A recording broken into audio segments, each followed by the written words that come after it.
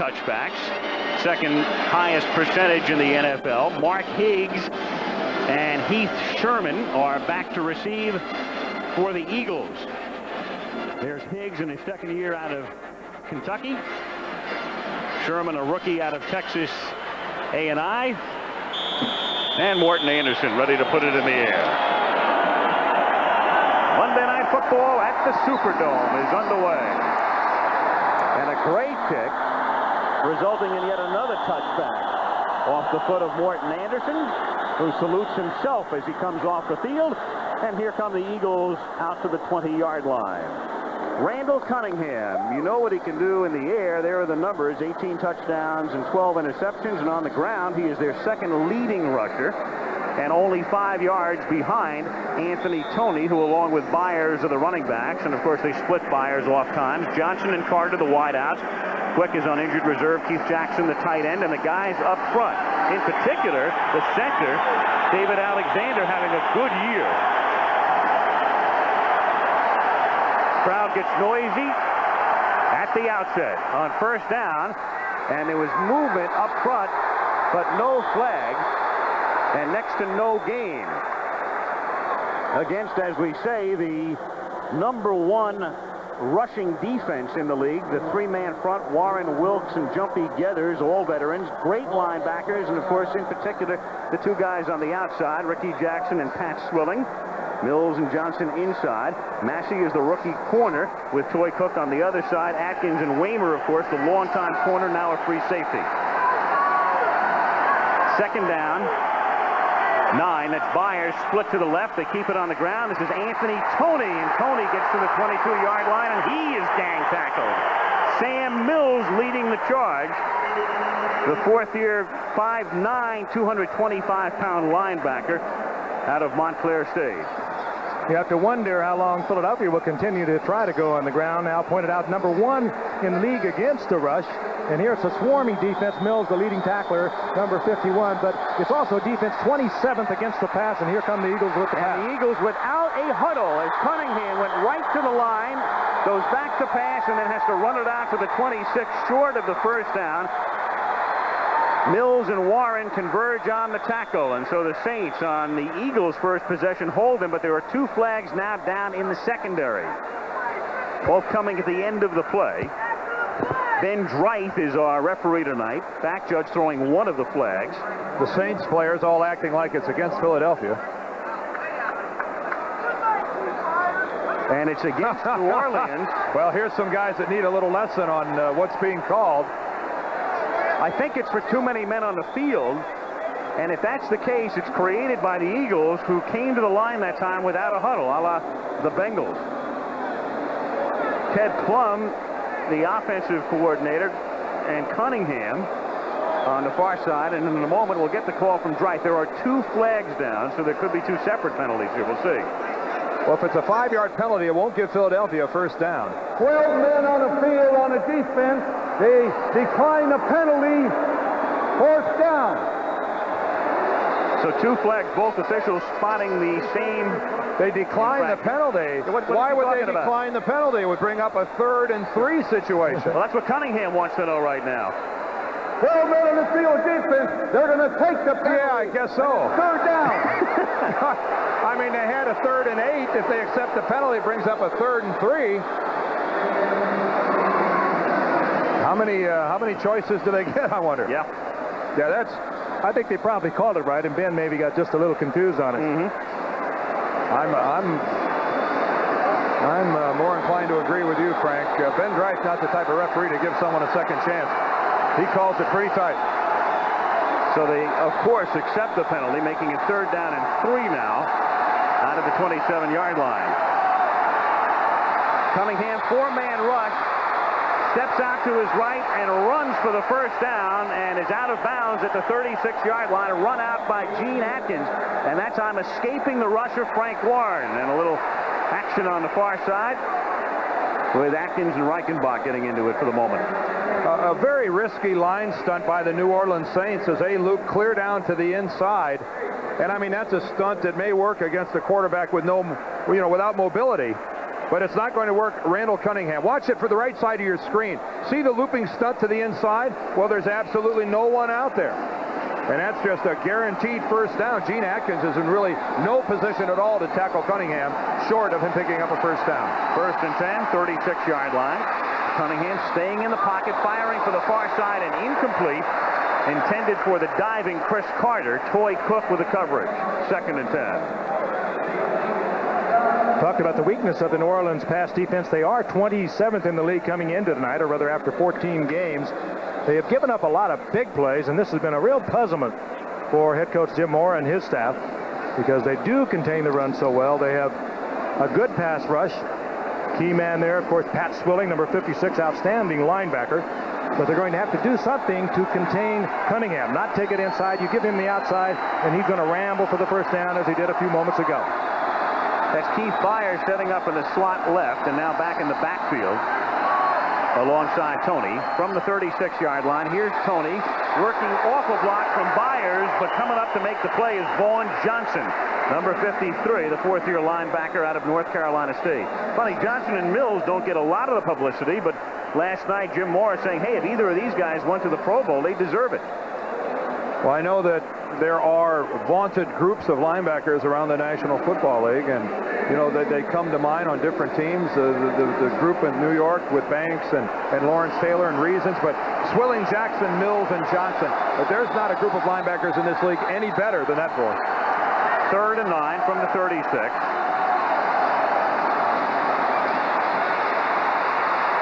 Cunningham loses the football. Anthony Tony is there to cover it and save it at the 27 after Frank Warren stripped it from Cunningham.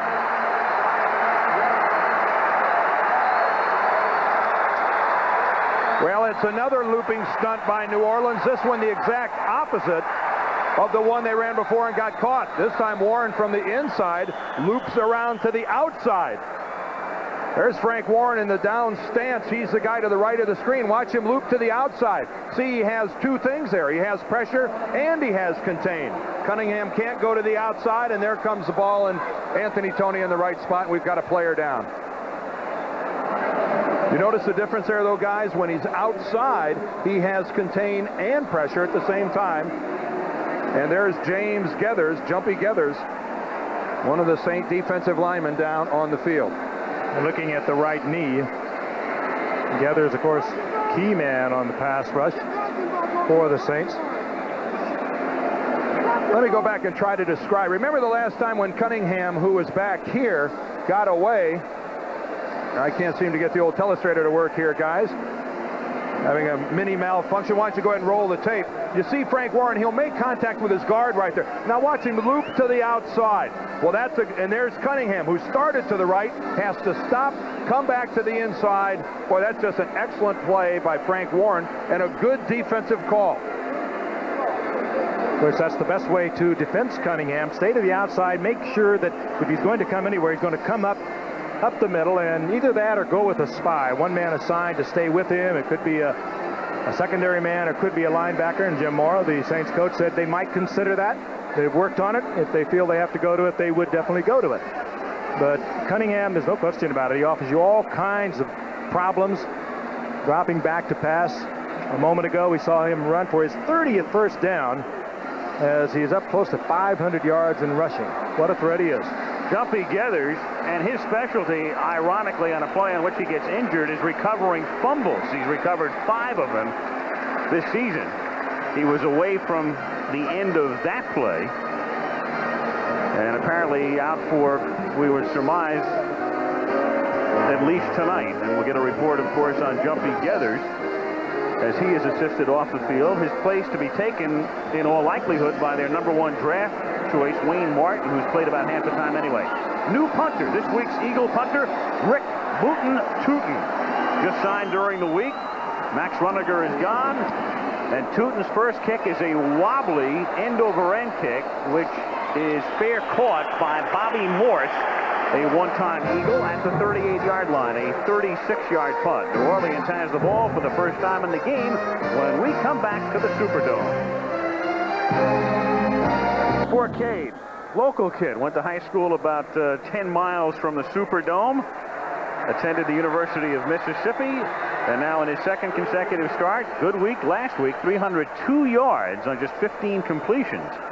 At Buffalo, Dalton Hilliard and Buford Jordan are the running backs. Martin and Hill are the wideouts. Hobie Brenner is the tight end. The guys up front, Haverdink, the rookie out of Western Michigan, doing a nice job. Brock, the veteran, on the other side. Fred Edelman, longtime offensive lineman for the Saints, hurt again tonight and on the inactive list. And Forcade going for it all for Perryman on first down, and Perryman makes the catch at the 15-yard line. And a flag is down back at the 30. Back at the Saints' 30-yard line. And I think this is going to come back. And the umpire made the call, and that's normally what you'll see, the holding call. The umpire, Dave Moss, holding signaled by Ben Dreith, and there went a 47-yard reception. Number 65. 10 yards, first down. Steve Trapillo. Steve Trapillo is the right guard, and already in this game, two bad breaks for New Orleans. One, the Cunningham fumble that Tony is there to recover, and now the long pass coming back. There's Trapillo, 65, to the right of the center. Now he's working against Mike Pitts, number 74. Pitts gets the outside shoulder, and Trapillo called by the umpire for hanging on to the right side and dragging him down. But still a fabulous throw by Forcade and a good reception that time by Brett Perriman. First and 20 now from the 28-yard line.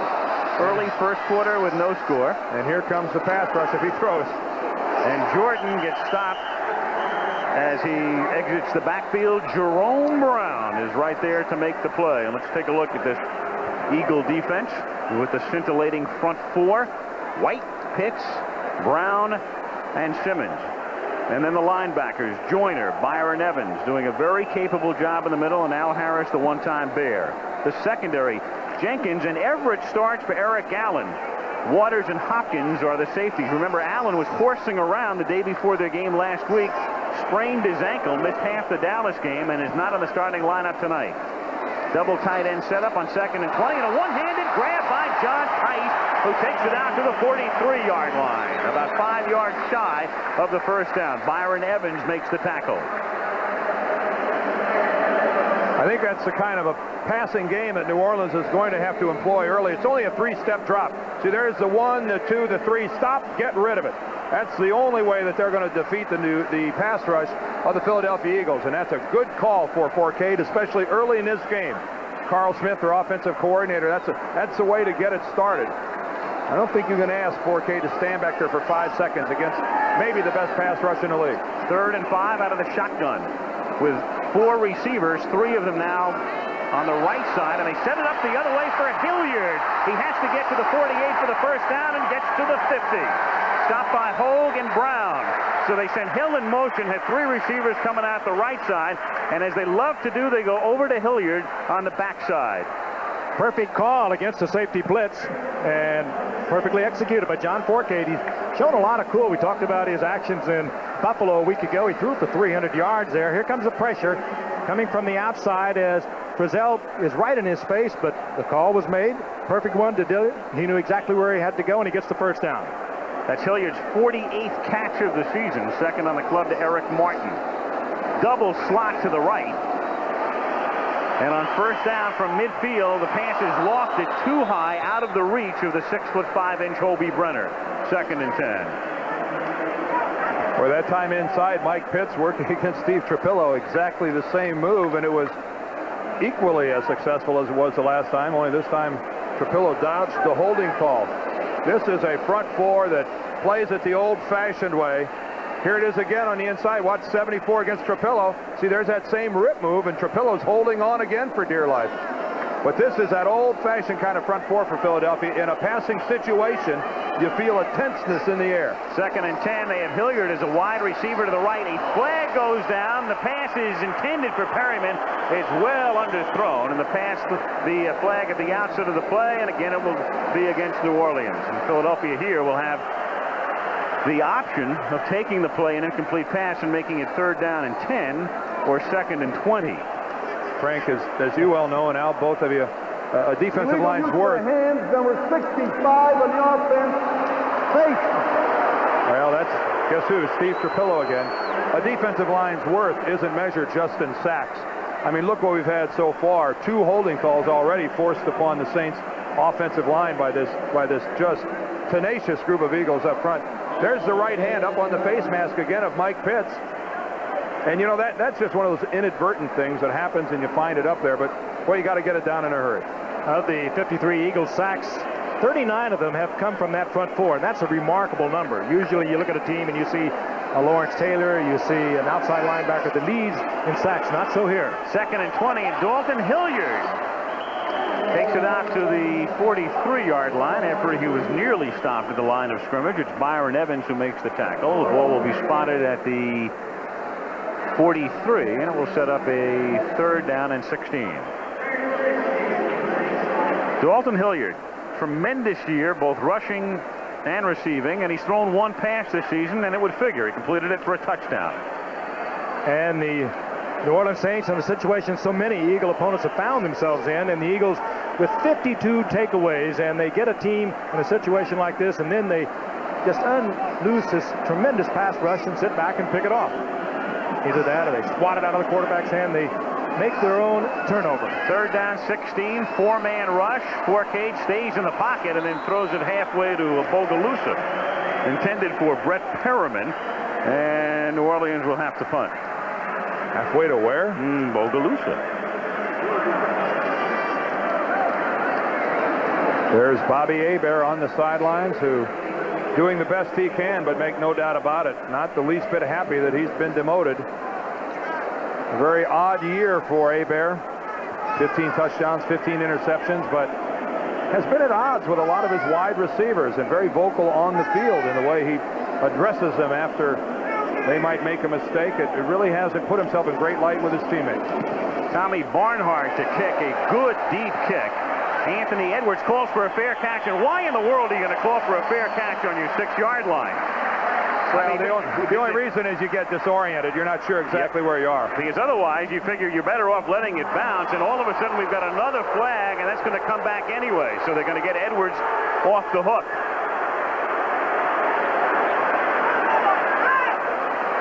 This is going to be very difficult for New Orleans to overcome. They're not playing for the playoffs. They're only playing because they want to look good in front of the nation. Number 27 offense holding. 10 yards, 4th down. You know, your point earlier, Dan, it's not in effect here because of a special teams play, but Philadelphia creating a lot of penalties for the opposition this season. There's Antonio Gibson there at the top of your screen, and his man makes an inside move, and he grabs him and brings him down, working against Andre Waters. And I mean, this is going to be tough for New Orleans. Just to follow up statistically on your point, people think of the Eagles as a rough team, a team that gets penalized a lot. The opposition has been penalized more than the Eagles have this season. Well, right now it's the Eagles playing smart football. Barnhart's kick. Crowd is cheering because there's no laundry, and a great open field tackle is made at the 18 by Benny Thompson, who was just activated tonight. 49-yard kick. Tackle made on Edwards. And I think about as tough a thing to do as you're going to do in this game of football, and as you can see, he's really turned on with it. Benny Thompson just activated today. Tough thing to do, full stride, and he makes the big play, and the Eagles will start near their 19-yard line. Great play by Thompson. Back at the Superdome, each team has had the ball once. No score. We have 7 minutes and 45 seconds to play in the first quarter. And Philadelphia begins this possession at its own 18-yard line with Randall Cunningham taking a short drop and then flipping one out into the flat to the tight end Keith Jackson, who gets dragged down by Ricky Jackson.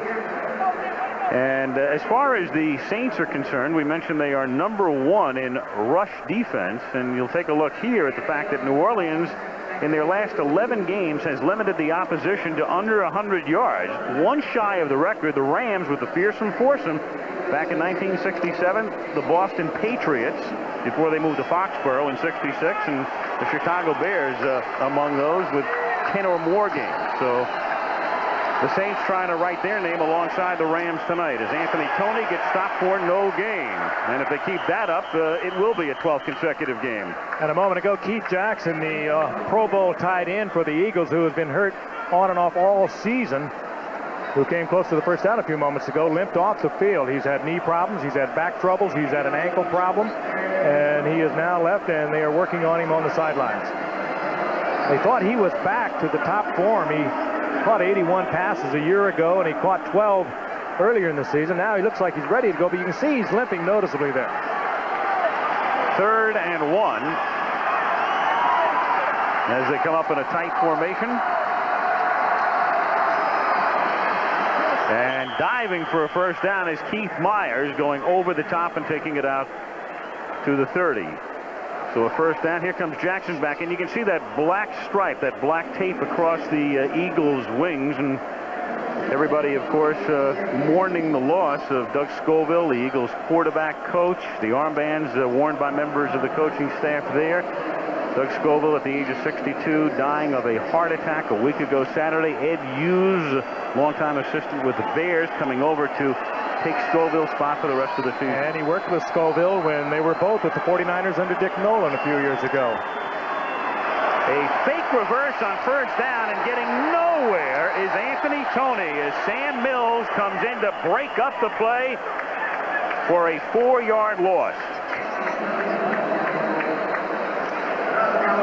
Boy, in its inception, that play looked like it was going to work. It looked wide open, and Sam Mills really doing a fine job of reading it all the way from the inside. But what hurt was the contain, and now it's the officiating crew's turn to flag one on Philadelphia.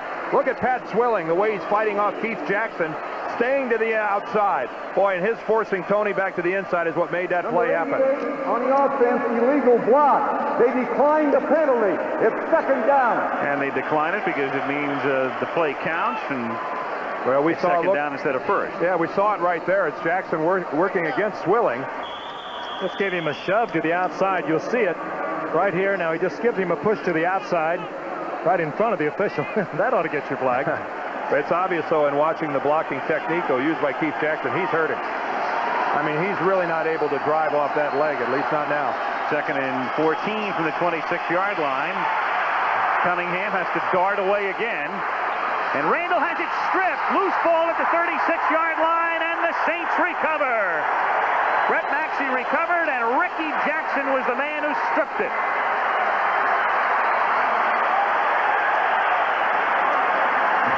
Well, we are back to that last play where Pat Swilling forced the reverse back to the inside. This time it's Pat Swilling and his pressure coming from the outside that forces Randall Cunningham to take off in the opposite direction. Jackson, a 9-year veteran, still has the speed. He catches up with Cunningham when he tries to break it back to the inside. There's Swilling coming from the left. He forces Randall out of the pocket. And there is Ricky Jackson, as we have been seeing all year long, starting in our opening game with Lawrence Taylor, that tomahawk move. Here comes Swilling, beats Keith Jackson. Then he gets by Ken Reeves, sends Cunningham out of there. But watch the hatchet. Whack, right there, knocks the ball out. Big-time play by Ricky Jackson, but he's been doing that for a long time. Cunningham fumbling twice in the first quarter, losing one from the 35-yard line. Hilliard getting outside and bumped out of bounds after a 4-yard pickup. Izell Jenkins up from the corner to make the play after a gain of about 4. Buford Jordan leading the way with a block. We have 5:06 to play in a scoreless opening period. Forcade went to Mississippi. He's played in the Canadian League. He's played in the USFL, arena football, and were it not for the strike in '87, he'd probably be coaching high school football right now. Saints picked him up for their replacement team, and he won a spot. 2nd and 6 as Forcade puts it up and threw it up for grabs as Eric Martin was the intended receiver, and Eric Everett, the guy taking Eric Allen's place, comes in to bust the play up. Martin had a little bit of an opening, and Forcade just a little late delivering the ball. He could have fired it there. He throws it a little late and almost picked off. Well, Martin could have helped him out a little bit, though, by coming back to the ball. Eric Martin makes his break to the outside and then doesn't really come back upfield, Frank. You're an outside receiver, and you look back and that quarterback hasn't cocked or is just cocking. Then you make that acute angle back to the sidelines. Give him the angle. 3rd down 6. 3 receivers set to the left out of the shotgun. 4-man rush. Forcade has to step up. Throwing on the run. Throws a little bit behind the receiver, Martin, but he makes the catch at the 18-yard line for a 1st down. Nice adjustment by Martin that time to come back to get it.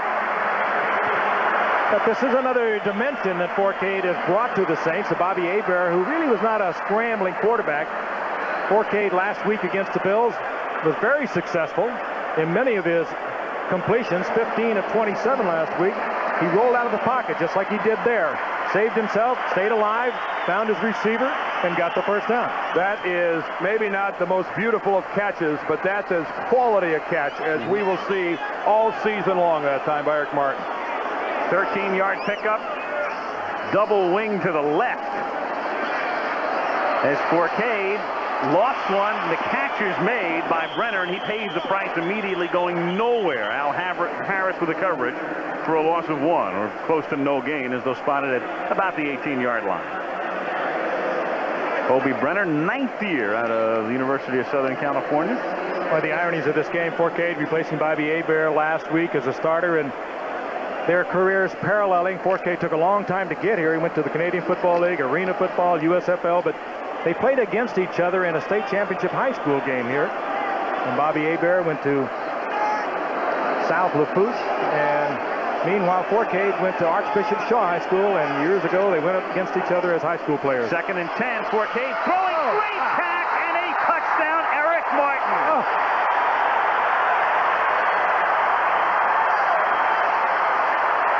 Somebody tell New Orleans that they're out of the playoffs. You know, Al asked Jim Mora to give us a thumbnail sketch on his receivers, what he thought of them last night. He went right down, and one of the things he said about Eric Martin, good hands, great hands. There were, I guess I should say, on that last touchdown, 3 Eagles within a yard of the football. Forcade throws it right between all 3, and Martin makes a sensational catch. One-hand stab. Oh, hello, hello. Wes Hopkins, Eric Allen was there, Andrew Waters. And I tell you, he threw that off balance, and what a strong arm.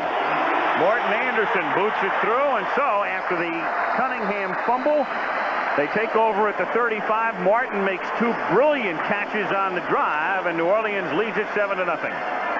One more time, if we could, Eric Martin.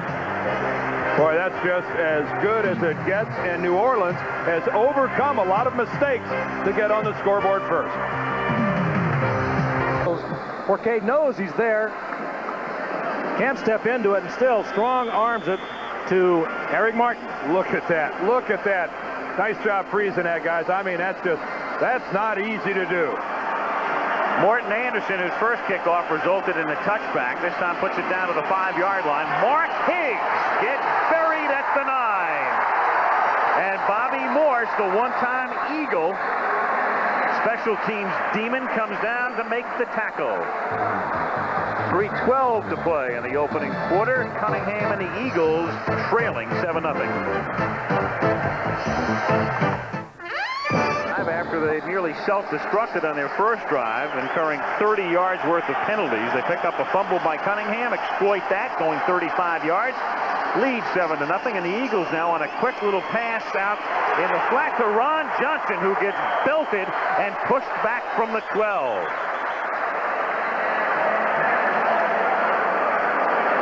And the Saints, to this point, defensively trying to take a page out of the Eagles' book. Well, I don't know that they're trying to take a page out of the Eagles' book. I think the New Orleans defense has played this way for years. There's the touchdown once again as we go back and relive it. Eric Martin with that one-handed stab. But this is really, and John Forcade, what do you... This has to be more fun than arena football, though, John, isn't it? You ran all that way in arena football, you ran into a net. 2nd and 6, and the pass is caught by Byers, and that's a 1st down as Byers is taken down by the other 41, Toy Cook. Byers, of course, is a man they like to throw to a lot. In fact, he's their leading receiver. That's his 60th grab of the season. Al, I wanted to go back to the point I was making about New Orleans and the way they've played defense. I mean, that has been a trademark of this team. You know, putting 7 or 8 guys on the ball carrier every play. This is one of the hardest hitting teams in the league. has been for a very, very long time. There's their defensive coordinator, Steve Sidwell. He likes this group. 1st and 10 from the 21-yard line, and Cunningham escaping, throwing against the grain, throwing it up for grabs, picked off, and then dropped at the 34-yard line. It was almost too easy for Gene Atkins. I mean, there was no Eagle close to him, and that says it all. Cunningham flushed out of the pocket once again. Looked like he was going to run. Pat Swilling once again chasing Cunningham out of the pocket. Number 56, bottom of your screen. He'll apply the pursuit, forces Cunningham up. Swilling now with good speed gets back. Cunningham just threw this away. Atkins was running with the ball before it even got to him. Cunningham really got buried. The ball work was beautiful. Look at the shot Randall takes at the end. Everything up until the point in time where he threw the ball was excellent. 2nd and 10, and here's Byers bulling his way for a 1st down out to the 34-yard line, exploiting a hole over the right side. Brett Maxey comes up to make the tackle. Talk about the versatility of Cunningham. The same would apply to Keith Byers. The Eagles often don't bring in a 3rd wide receiver because Byers, and Aldous mentioned, is their leading receiver. They can use him from the backfield as a receiver. They can split him out wide as a receiver and use him as the 3rd wide receiver. Number 1 draft pick, 86, trouble with foot problems the first 2 years, has really come around. Quick count, 1st and 10, 34-yard line. Cunningham has time, throws too far, down at the 30-yard line, intended for Carlos Carson, the longtime Kansas City Chief, with Mike Quick on injured reserve, and Quick has had operations on both knees within the past 2 months, and Garrity hurt. They go to the waiver wire and pick up Carson, who had asked for his release and was granted such from Kansas City. College basketball, we've got a doubleheader coming up Saturday, 1:30 Eastern time. It'll be the University of Nevada, Las Vegas against Iowa, and then Seton Hall taking on Michigan. Good day of college basketball is Saturday on ABC. I've seen that Seton Hall, Michigan matchup before. Yeah, recently. 2nd and 10, the pass is caught by the tight end Keith Jackson out at the 39-yard line, and Gene Atkins, who a moment ago thought he had a sure interception, makes the tackle. Spotted at the 38, and they are about 6 yards short of a 1st down. Jim Mora, winningest coach in the history of the Saints. In fact, the only coach to ever lead the Saints to a winning season. 4th year here, 3rd down and 6. From the shotgun. Byers swinging to the outside, and another fumble. Loose ball at the 38-yard line. Milton Mack created the fumble, and it's recovered by... No signal yet. Yeah, I think Swilling is at the bottom of the pile, but the officials haven't signaled. Swilling is there. He has it. New Orleans ball.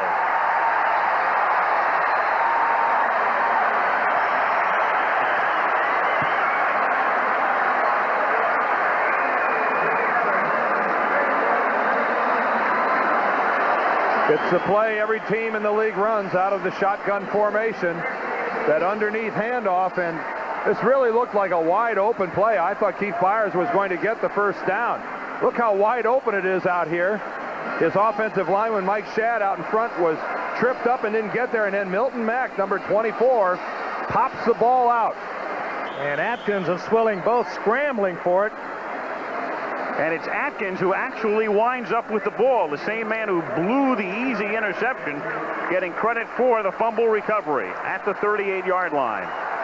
20 seconds to go in the quarter. Eagles have just lost their 2nd fumble. And Forcade gives it to Hilliard over the left side.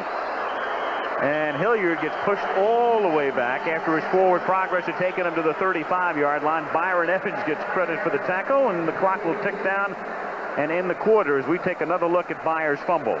Again, watch the play by Milton Mack. Number 24 comes in, and it's really not a very hard hit. It's really more of a glancing blow that pops the ball out. But there's Gene Atkins, fights his own teammates, but comes away with the ball. And I think everyone in green and white so far realizes this might be more than they bargained for. Back we come after this message and a word from our ABC stations. Buddy Ryan has watched his team lead the league in takeaways, but in the 1st quarter, Philadelphia fumbling 3 times, losing 2 of them. And the Saints trying to exploit the situation on a 2nd down and 6 as we start the 2nd quarter. New Orleans on top 7-0, and Forcade with a very deep drop. Being pressured, throwing over the middle. Hilliard makes the catch. He's inside the 10. Touchdown, New Orleans.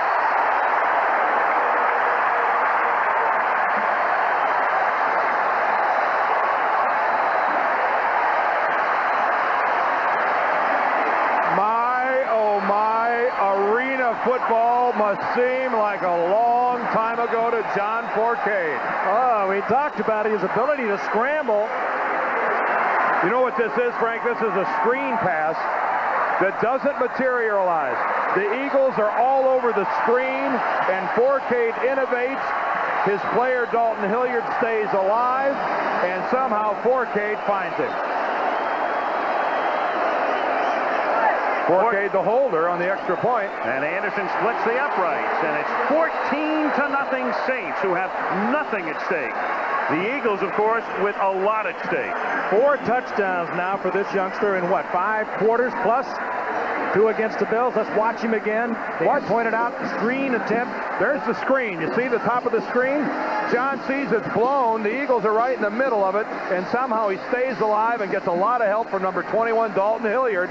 Very reminiscent of a play last week against Buffalo, where Hilliard takes the pass and goes the distance. But again, once he knew he was in trouble, he got out of there and had the speed.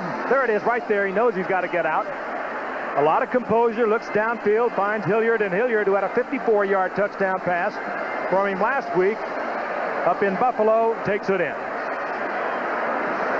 This game is easy for Forcade. Yeah, He really has brought a lot of spark to this offensive unit that was, quite frankly, struggling under Bobby Hebert. They had less than 200 yards in each of 5 games before he was replaced last week. And Jim Morris set him down, looking for a spark, and he got it from John Forcade. Well, the one thing you can say to Philadelphia's in their favor is that they certainly know how to come from behind. They've been making a habit of it all season long. And interestingly enough, the New Orleans Saints have led on 4 occasions this season at the half and into the 3rd quarter, at the end of the 3rd quarter, and they have lost those 4 games. And not many teams have done that, going all the way back to the Cardinals back in 1953. And one of them was that real killer to the Rams, which they lost in overtime. And Anderson sends that one to Bogalusa. Again. Yeah, right. Must be a big township. Yep. Well, next week, and that's right, there will be football on Christmas. So we hope you'll spend part of your Christmas night with us, because we'll be at the Metrodome. Cincinnati against Minnesota. Now, there are a lot of implications, and we promise before we're done tonight, we'll tell you about all of the playoff possibilities. Both teams still in contention for the playoffs. The Vikings, with a victory in that game, would win the NFC Central. They had a chance to do it yesterday, but lost in overtime. The Bengals, of course, are still very much alive in the playoff hunt. It will all become clearer before Monday night, but that's your Christmas night, Monday night football matchup. And we'll be caroling down in the mall in Minneapolis. From the 20-yard line, on first down, it's Byers, and he reaches all the way out to the 29, short of the first down by 1. Mills in on the tackle along with Ricky Jackson. A little bit of a burden now on Randall Cunningham's shoulders to not try to do it all by himself. He's such a special athlete, such a gifted player, and such a darn good quarterback that you have that bravado, that feeling that I can do anything at any time. He needs to utilize all 11 offensive players. Here's Byers on 2nd and 1, and he just about gets the 1. All he has to do is get the nose of the ball to the stripe of the 30, and they're going to push it back a little bit as they spot it, and the nose of the ball may not be on the stripe of the 30, which would be 3rd down and that much to go. And in fact, Ben Dreith is going to bring the change in, and they're also going to attend to Dave Waymer. Number 44, the longtime corner, now playing free safety, who needs the attention. First 3 possessions tonight, the Eagles picked up 1 first down on their first drive and then were forced to punt. Then 2 fumbles, both fumbles resulting in subsequent Saints touchdowns. Byers very close to losing the ball here on this last play, as he comes up a little bit short of the the first down. That's Dave Waymer who applied the hit to Byers. Look at that. He is lost it at one point, is able to recover as Vaughn Johnson takes him down, and Waymer now walking off the field does appear to be all right. Byers a big man. You take him on head and head, he goes about 240. I guess what Dave Waymer is saying right now. Why didn't somebody tell me that Byers weighs that much? That shockwave went all the way down to the ankle. Third down and inches. The Saints have been excelling in these situations, 3rd and 1 or less all season long. And let's see if they can do it again. But no, this time it's Byers who takes it out to the 32-yard line and picks up the first down. Byers has really added to the Eagles' running game, which has been their principal offensive weapon going back to that loss against the Bears early on, the 4th season, in which Cunningham threw the ball 62 times. He threw it for 400 yards, but they lost the game, and they went back to kind of a running game. Of course, they lost Mike Quick, and they lost Greg Garrity, but Byers has really developed, and against the Giants late in that game, that cold game they lost a couple of weeks ago, they held the ball for over 5.5 minutes, and Byers carried it 8 times in that drive. 1st and 10, Philadelphia from the 32-yard line, and there's a flag down as the Saints came flying through, and in fact there is no play at all as Ricky Jackson was across the line. Well, Ron Heller, the right tackle, rocked back in his stance as well. Number 73, false start, offense, 5 yards, first down. And it's called against Heller. Heller playing with a damaged left hand and has a pretty heavily wrapped. There he is, number 73. At the bottom, and that's all it takes. That's a false start. Sat back on his haunches, and that's what got Ricky Jackson off to the quick start into the neutral zone. Not easy being an offensive lineman when that's all everyone else on the field is allowed to jump and dance and move and motion all around the field, and all you do is drop your butt a little bit and you get a flag. See that left hand, it's hard to hold with it wrapped like that also. Conrad Dobler had one of those one time, and his hand got better, and he left it on for another 7 weeks. Put a blackjack in it. 1st and 15, Cunningham fires to Byers over the middle, 40, the 50, into Saint territory, being chased by Waymer and finally dragged down inside the 15-yard line. Boy, this is what has been driving Jim Mora crazy all season long. They do a great job defensively. They shut down the run. They get him in a predictable situation of pass. They pull it off, and they get the big play. They've been giving up the big play all season long. Well, Sam Mills right there, Frank, you saw it, 51, was locked up one-on-one with Keith Byers, and Byers gave him that juke to the inside, and Mills is nowhere to be seen. And Byers' surprising speed as the free safety Waymer finally runs him down, but not until he gets into the 15-yard line. That's the longest play from scrimmage in the career of Byers, and believe it or not, it's only the 5th pass play this year of 40 or more yards as Waymer is shaken up again, the 5th for Philadelphia, way below the league average. In fact, right near the bottom of the league in that department. They have not pulled off the big plays, but as Frank mentioned, New Orleans has been giving up the big plays. And Dave Waymer looks like he's going to have to come out of the game. Shaken up earlier on the tackle on Keith Byers, and now once again injures himself tackling Keith Byers after the long pass. Almost has a face mask. You would think if there was an official anywhere who could have seen it from the proper angle, Waymer may have gotten a face mask penalty anyway. And I think Dave is telling Byers, "You're killing me, man. I don't want to see you anymore." So that Saint defense is now -2 regulars. Jumpy Geathers was hurt earlier and has not been back in the game. His spot taken by Wayne Martin, the rookie, and now Brett Maxey comes in to spell Waymer at free safety. And the report is muscle cramp for Dave Waymer as he comes out here, and Philadelphia has a 1st and 10 at the 14. 12:20 to go in the half. Cunningham going to the end zone, and the catch is made for the touchdown. Ron Johnson making the catch in the corner of the end zone, and Philadelphia is on the board. Robert Massey trying to stay with Johnson.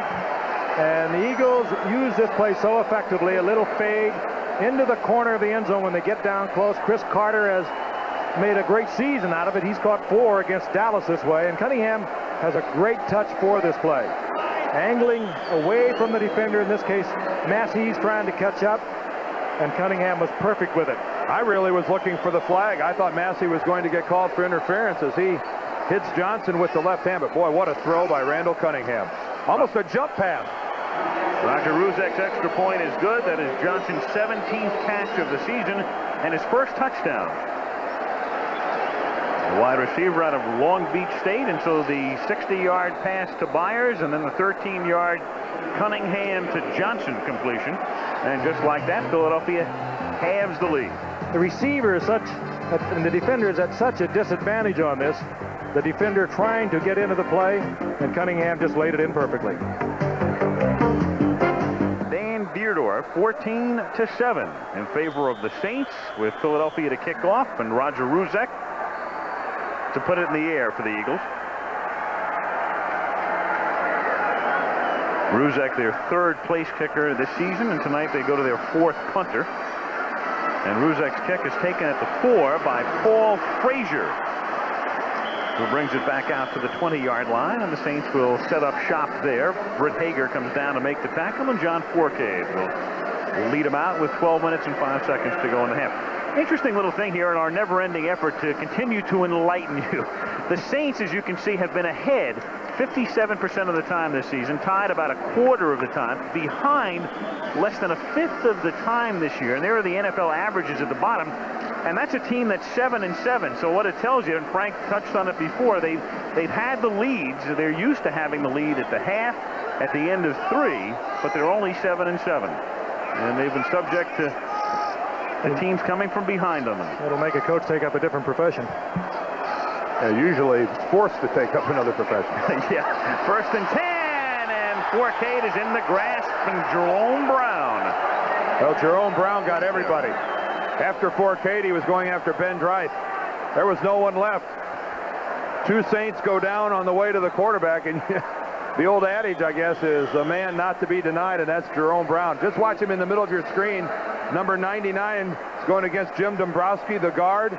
He pushes Dalton Hilliard all the way back and just absorbs Forcade. That's brute strength. I think if I were redesigning that, I might get Hilliard off of Jerome Brown. Well, I think Hilliard was looking for Dombrowski to delay him a little longer than he did. 2nd and 20 from the 10. Hilliard in motion. He doesn't have to worry about blocking this time. Out in the pattern he goes. Forcade has to scramble, and Forcade moves out to the 15-yard line, picking up 5. Reggie White gets credit for the tackle, number 92. It's funny, they pay so much attention to White that people like Jerome Brown and Clyde Simmons having tremendous seasons, but of course Reggie used to being double teamed and triple teamed. Instead of the Jerry Rice of the defense.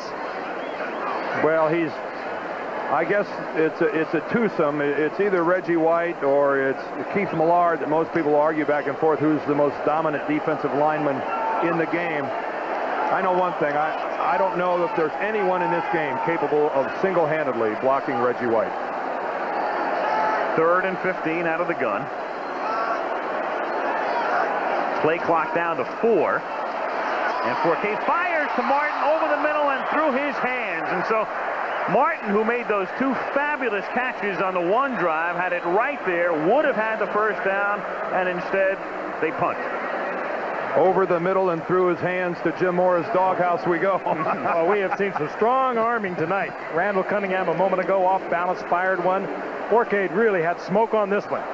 And there is a sure-handed receiver. We've watched him tonight. Well, the problem is he couldn't catch it with only one hand. That's where Eric has been doing his best work this evening. And he broke the route off perfectly, just enough for the first down. What would have been. Barnhart to punt. Good, high, very deep kick. Backing all the way up at the 30 is Anthony Edwards. And Edwards out past the 40. Down the sidelines he goes and into Saint territory to the 45-yard line where he's tackled by Joe Colbrand. So a good punt, but a good run back. A run back of 27 yards, and we have 10:27 to go in the half. Mr. Walter Payton joining us tonight in the booth. What are you up to these days? Well, right now I'm working my rear off trying to get this expansion team going down in St. Louis. Ownership for Walter Payton. You've been working with this for quite a while, though, and you're going to be actively involved in it, I understand, Walter. That's true. Right now we're working with the city, state, and county to facilitate the multi-purpose arena, which will seat about 70,000 people. On first down, meanwhile, the pass a little bit behind Johnson, who had broken free, and Cunningham came that close to putting another 6 on the board here. Walter, in reality, ever since you've retired, you've been working in the front office with the Chicago Bears. I know the McCaskies have worked with you. So, I mean, you've been in that inner circle for a while now. Well, that's right. Ed McCaskey took me under his wings to show me the inner workings of the organization, which give me a benefit when I when and if I do get the opportunity. And that's been good for me. And one of the reasons that I retired when I did was because of this. Oh, yeah? Maybe it's because you had all the records. Got a question for you coming up in a moment, Walter. Second down and 10 for Philadelphia from the 44-yard line as Cunningham drops back, fires over the middle to Jackson. He makes the catch and has a first down, taking it to the 31-yard line with Pat Swilling. Well, if I could, for so many years, you, of course, on the offense, you were with Buddy Ryan when he was a defensive coordinator at Chicago. Are you surprised that he's mellowed so much over the years? Not at all. Buddy is basically the same way he was when he was with the Chicago Bears. But right now, simply because he is the head coach, it's more focus on him. I don't think he's changed one bit. Does he talk to you?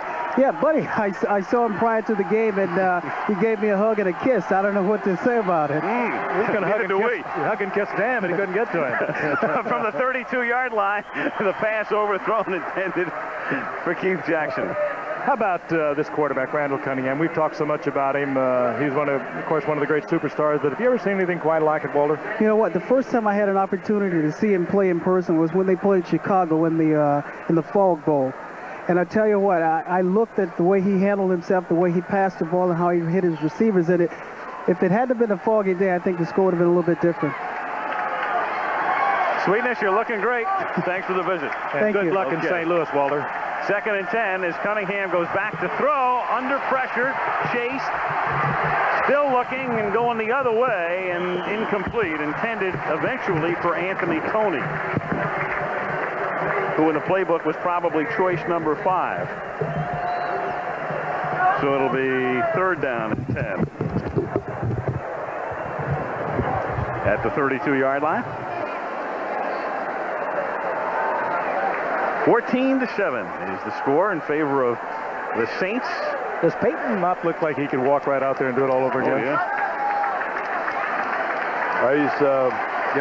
He's the guy that's going to get it done. What do you say? He's never not done something he wanted to. On third and 10, Cunningham hit as he throws, but the catch is made by Ron Johnson, and his forward progress should be enough to net him the first down. And Pat Swilling that time coming in to bury Cunningham as he released. And you get the feeling, we were talking about it a moment ago, all of a sudden things are starting to shut down. The Eagles are starting to be the Eagles.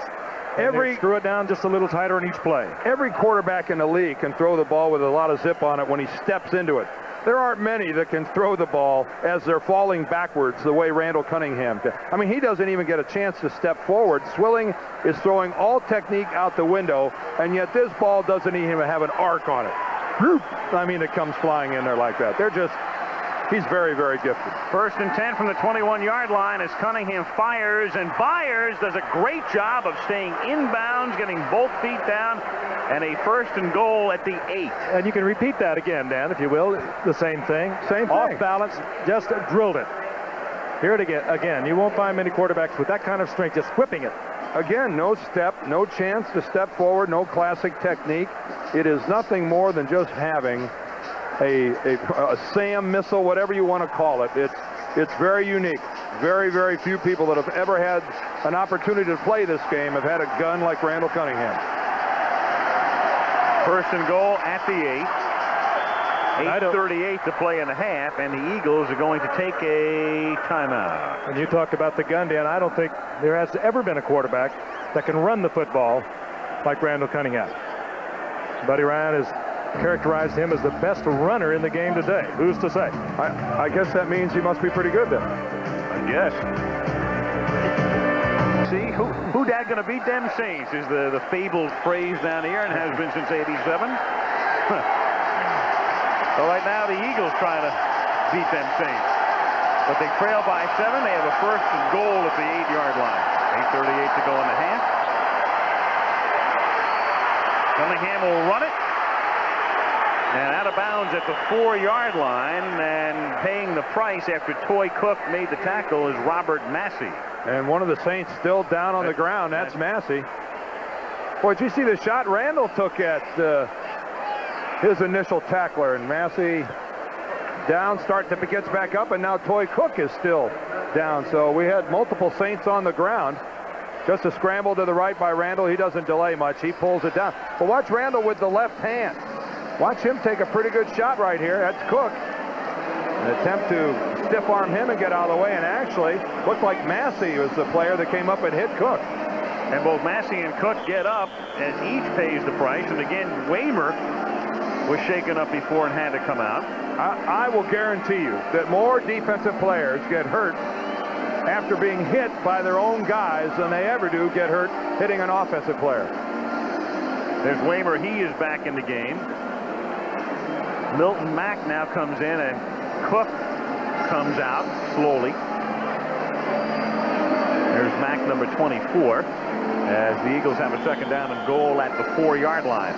That change, of course, will not be lost on the Eagles coaching staff upstairs. Cook holding Mack over on the right side.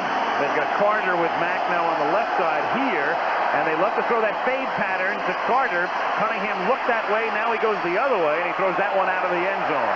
As Ron Johnson was the intended receiver, but he couldn't spring free. It'll be 3rd down and goal at the 4. We mentioned that fade pattern. That's been a favorite play now for the Eagles to Chris Carter, who scored 10 touchdowns this season.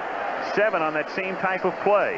I think that was a design all the way for Randall Cunningham to take a look over there like he was going to throw that fade to Carter and then come back and work the right side of the field, because there's no such thing as looking to check out the coverage on that fade pattern. You put it up, you put it up. That's all there is to it. That was a design play all the way. And he took a real cursory glance. Now Carter comes out to the right in a 4-receiver set. 3rd down and goal, and it's knocked down at the line of scrimmage. Wayne Martin, the rookie, the number 1 draft choice out of Arkansas, knocks it down.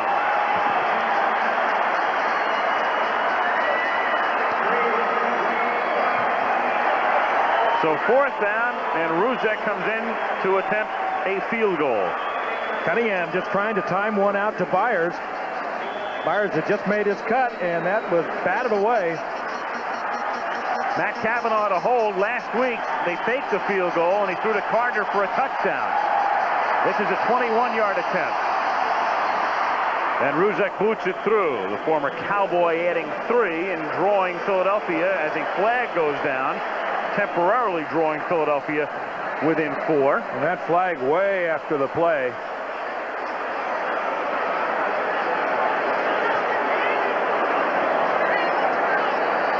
Ben Dreith will tell us about it.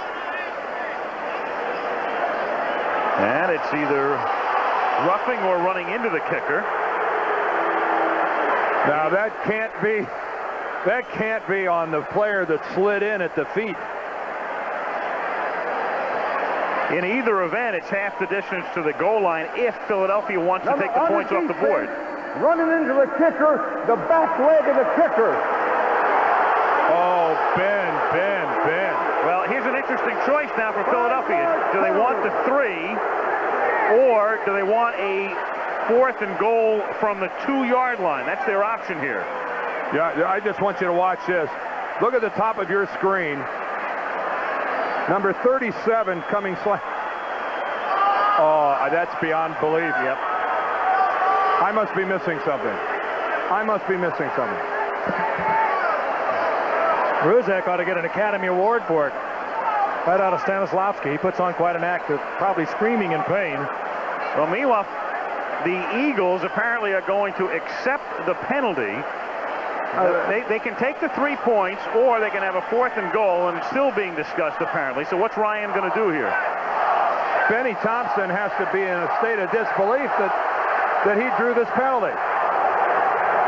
They may decline this. Let's see. Running into the kicker is a 5-yard penalty and not a first down. It's 4th down. We're taking a field goal. We're taking a field goal. You heard Cunningham say it. Why would you want? Yeah. Well, if you're going to go for a field goal from the 4.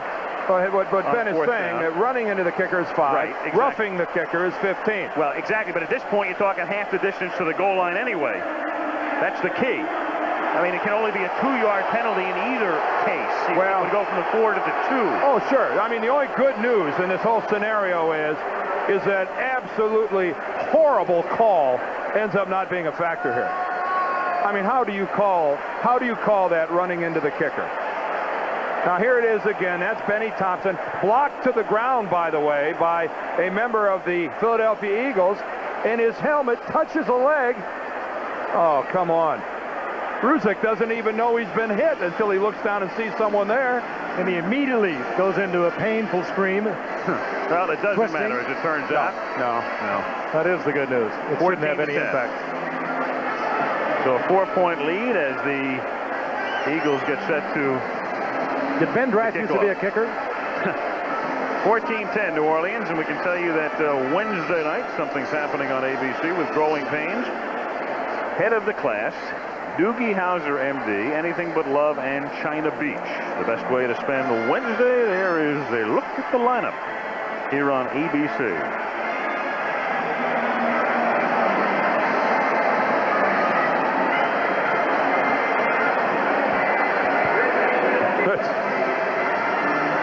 Bourbon Street is, I guess, a natural habitat for that gentleman. Where else? Looks like he's worked it a little too long. Bobby Morris and Paul Frazier are back to receive. Roger Ruzek to kick off. 8:20 to go in the half. Eagles trying to stay on top, in effect, in the NFC East. To the 6-yard line, Morse brings it back out to the 24. 1st and 10 for the Saints, and John Fourcade at that spot. Again, Fourcade signed by the Saints because of that strike in '87. He was about ready to commence on a high school coaching career, and in fact, talking to him earlier tonight, he said that he was about ready to sign with the Raiders. He was on his way, in fact, to the airport, and he said, "No, I got a chance to stay here. Going to stay with the Saints." Big, strong kid.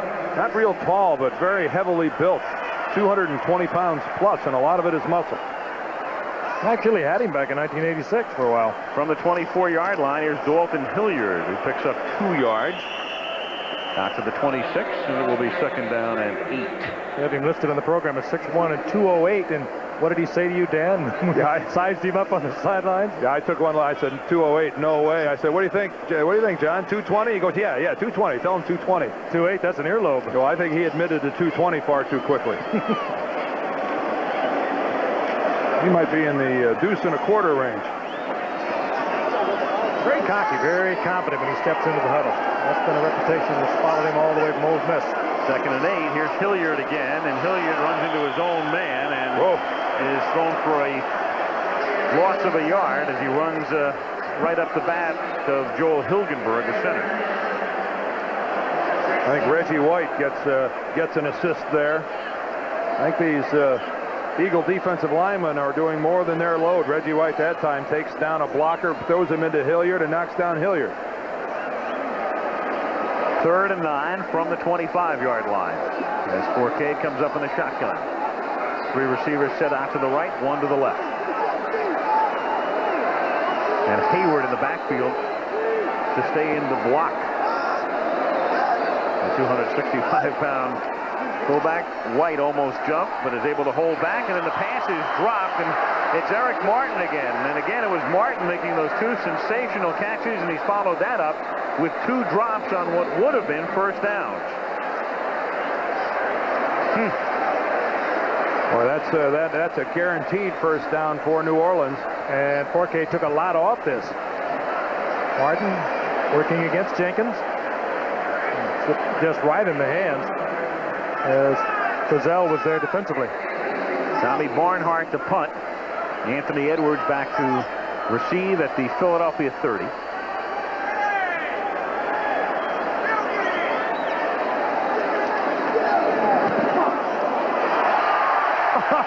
He puts on an Academy Award performance as Barnhart, but doesn't draw the flag. Kick takes a New Orleans bounce and is out of bounds at the 26-yard line. He made it look good at the end of that play, did Barnhart, as 3 Eagles came very close to him, and the crowd wants a flag, but they don't get it. Sure it's not Bernhardt? And Buddy Ryan running out on the field, he wants a penalty for faking. He wants a penalty for faking. I'm sure that's what he's talking to the line judge about now. Hey, I thought it was supposed to be a penalty if a kicker falls down without being touched. Now you be the judge. There's Barnhart. Let's see. Is he touched? He might have been a little frightened. He thought he was going to get creamed. Not even touched by an Eagle and sits on his can. Technically, in the rule book, that's supposed to be a penalty. Robert Drummond is the one putting the pressure on. He did come close. Yeah, well, this isn't horseshoe. Yeah, he figured that running into the kicker calls were at a premium tonight. From the 25-yard line, a juggling drop by Tony, who was covered by Ricky Jackson. What a play by Jackson. Ricky Jackson, boy, he has been a great performer, 9 years out of Pittsburgh. He played the other side when Hugh Green got all the publicity at Pittsburgh. Tony's about ready to suck that one into his middle, and Jackson unloaded on him. He still has that speed. You saw him a while ago run down Cunningham, now in his 9th year. By the way, when they were both pit together, it was always Ricky Jackson that was the leading tackler on that team. The other team would spend so much time and attention trying to take Green away. Jackson really excelled. Out of the gun, the inside handoff to Tony, and the initial hit was made by Swilling, who's angry with himself because he let Tony come out of his grasp and pick up 1.5 yards, maybe 2. And there's a consecutive look at the 2 linebackers. Jackson on a great play against Tony, and Swilling with his speed and quickness coming down to make the stop. Well, the whole purpose, there's a man in motion right there. Take a look to the inside, and the purpose of that motion, Drummond is supposed to hit Pat Swilling. But he goes a little bit too far, he gets beyond Swilling, and Swilling's totally unblocked, able to come in from the backside. 3rd down and 8 from the 28. 4-man rush. And the pass is dropped at the 35-yard line. It was low for Keith Jackson, and he would not have had the first down anyway.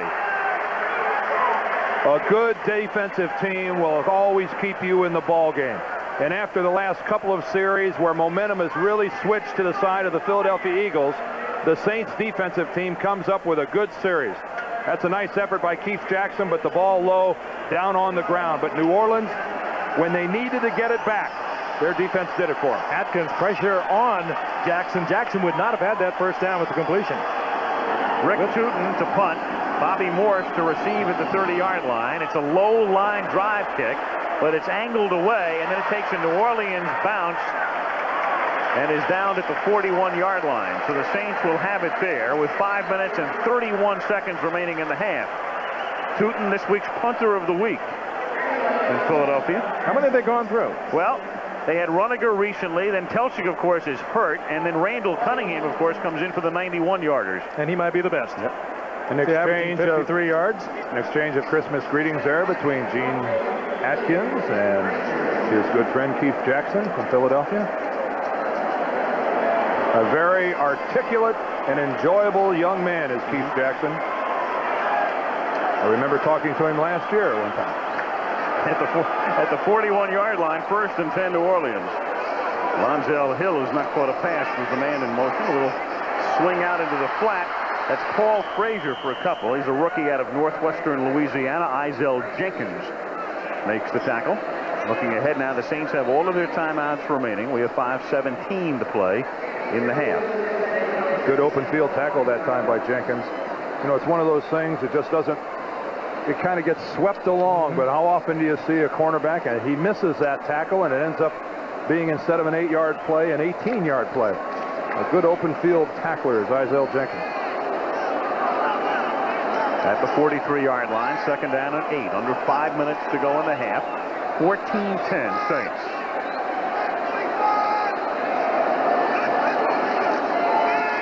Blitz, and Forcade attempts to hit Hill, but Jerome Brown was the guy who came in and forced the issue. Jerome Brown, whose Miami Hurricanes will be right back here 2 weeks from tonight, and so will we for the USF&G Sugar Bowl. Good look at Buddy Ryan's philosophy of defensive football. Just bring everybody. You outnumber the ones that are trying to protect the quarterback. Somebody's going to come free. That time Simmons did. Forcade had a receiver he could have got the ball to. He just didn't have time to get it there. And that's been the philosophy of Buddy Ryan for so many years. And it is so effective when you have the proper people. 3rd down and 8 from the 43. Out of the shotgun. Blitz again.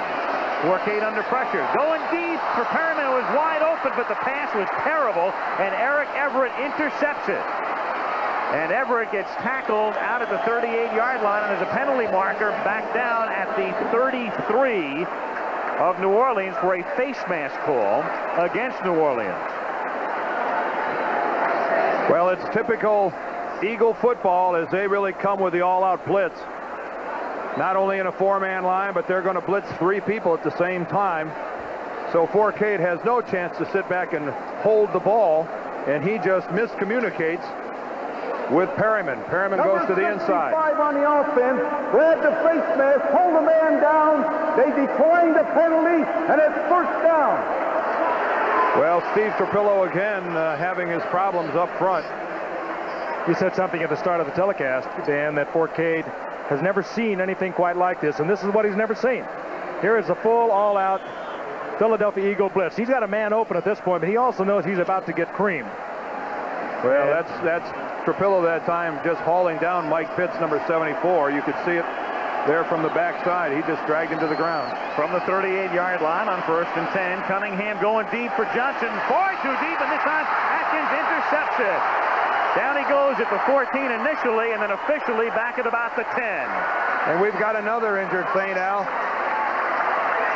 It's Robert Massey, who's trying to get up. Yep, and up he gets at the 10-yard line, but Cunningham severely overthrowing the intended receiver, Chris Carter, and of course it was Atkins who dropped the easy interception earlier, who finally picks one off. Something amiss on the part of the play of the Philadelphia Eagles. Cunningham just fired that. No receiver even near it, and he was not under pressure. That is the 3rd turnover tonight for Philadelphia after New Orleans' first.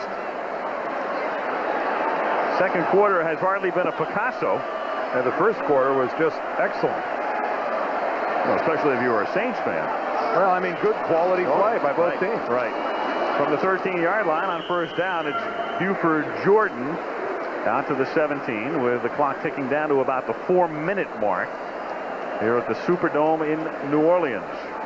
And this will be the site on the 28th of January of Super Bowl 24. So the Eagles hopeful of a return visit to the Crescent City or the Big Easy. Take your choice. 2nd and 10 as Hilliard takes the toss and gets tossed right into the arms of Jerome Brown. And one of the situations to watch here, the left tackle for the New Orleans Saints is Kevin Haverdink, number 70. He's a rookie, their 5th-round draft choice. He's really looking to me like he's got a leg problem. He's walking along. He's been limping the last 3 or 4 plays, and he's been struggling to keep his guy out of there. He's been working against Simmons. Jerome Brown kind of hobbles off the field, but Haverdink looks like he's having a physical problem. 3rd down and 7. Forcade throwing, and at the 25-yard line, the catch is made by Eric Martin for a 1st down. Broke the pattern off, as you can see, 2 yards past the stripe for the 1st down marking, and he's able to hold on this time after 2 drops earlier.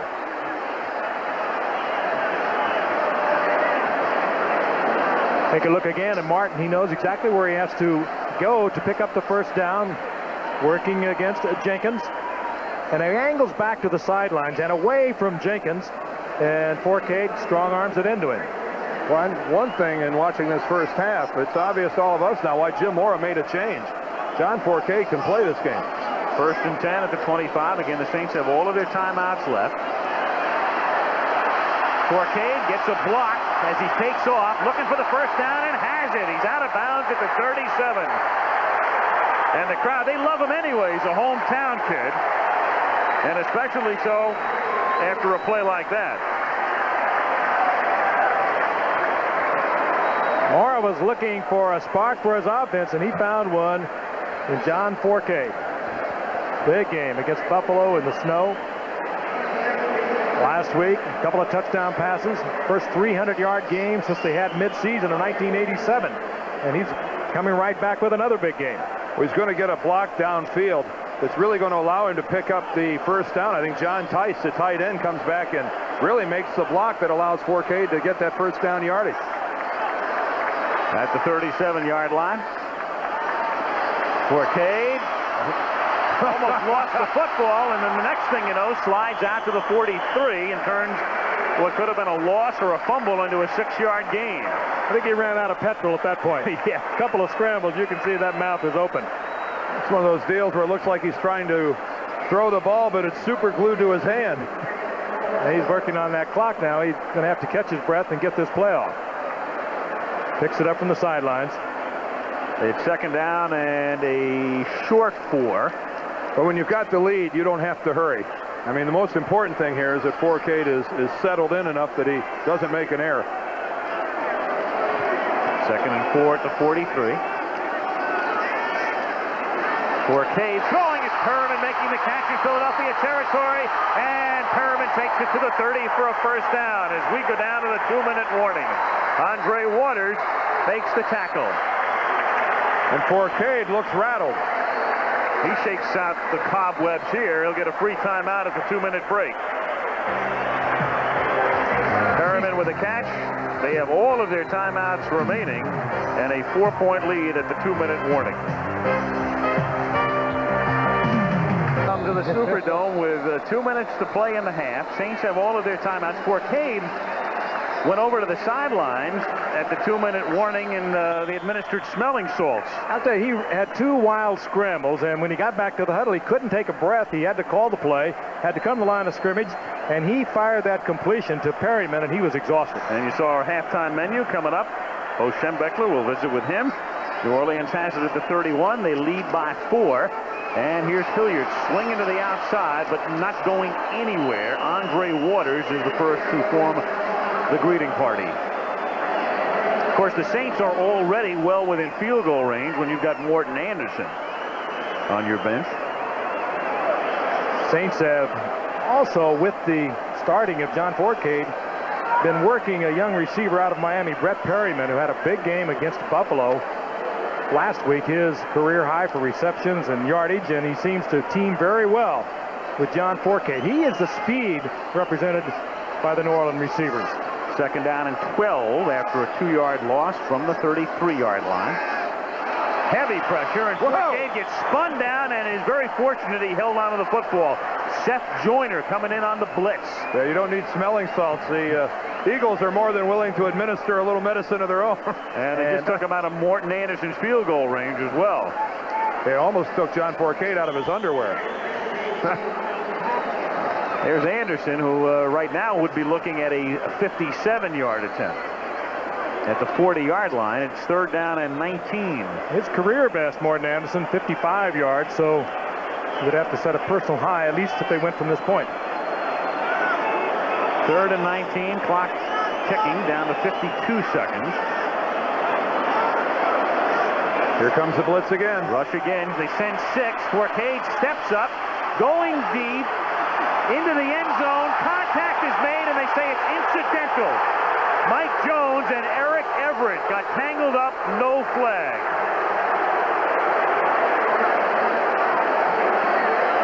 That's a good call. That ball was out of the end zone, uncatchable. Oh, I'm not so sure about that, Frank. That ball, I think, would have been catchable if they stay on their feet, but I agree. I do agree with the call. It really did look like their feet just got tangled. The ball's going to land in the end zone. Mike Jones, here comes Everett, both playing the football. That's a good non-call by the officiating crew. So New Orleans has to punt instead of opting for what would be a 57-yard attempt. 40 seconds on the clock. Barnhart lofts it, and a fair catch is called for. And again, I mean, why are you going to make a fair catch at the 4-yard line? Anthony Edwards, it's the second time tonight inside the 10 he's called for a fair catch. Yeah, that's, I can only assume that he's disoriented on the field. Again, Twice. take a look at it. Both of them back.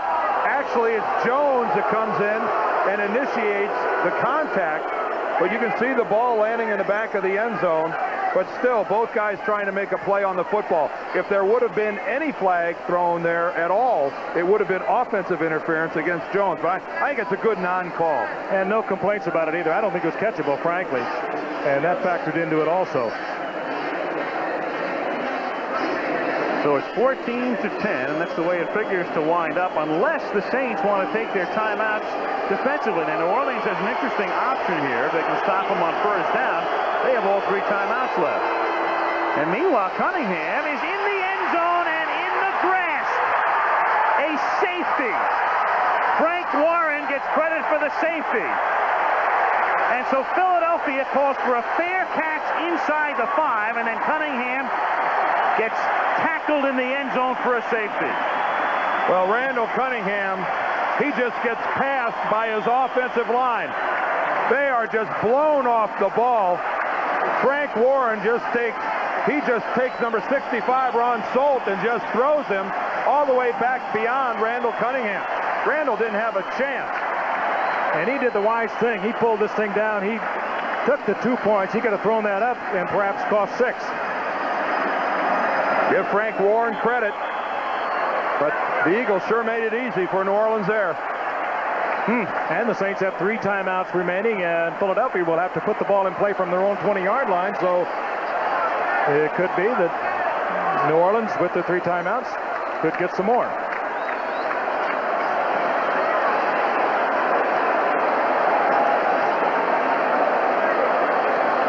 Mm. 16-10. And again, it's set up by Edwards calling for the fair catch.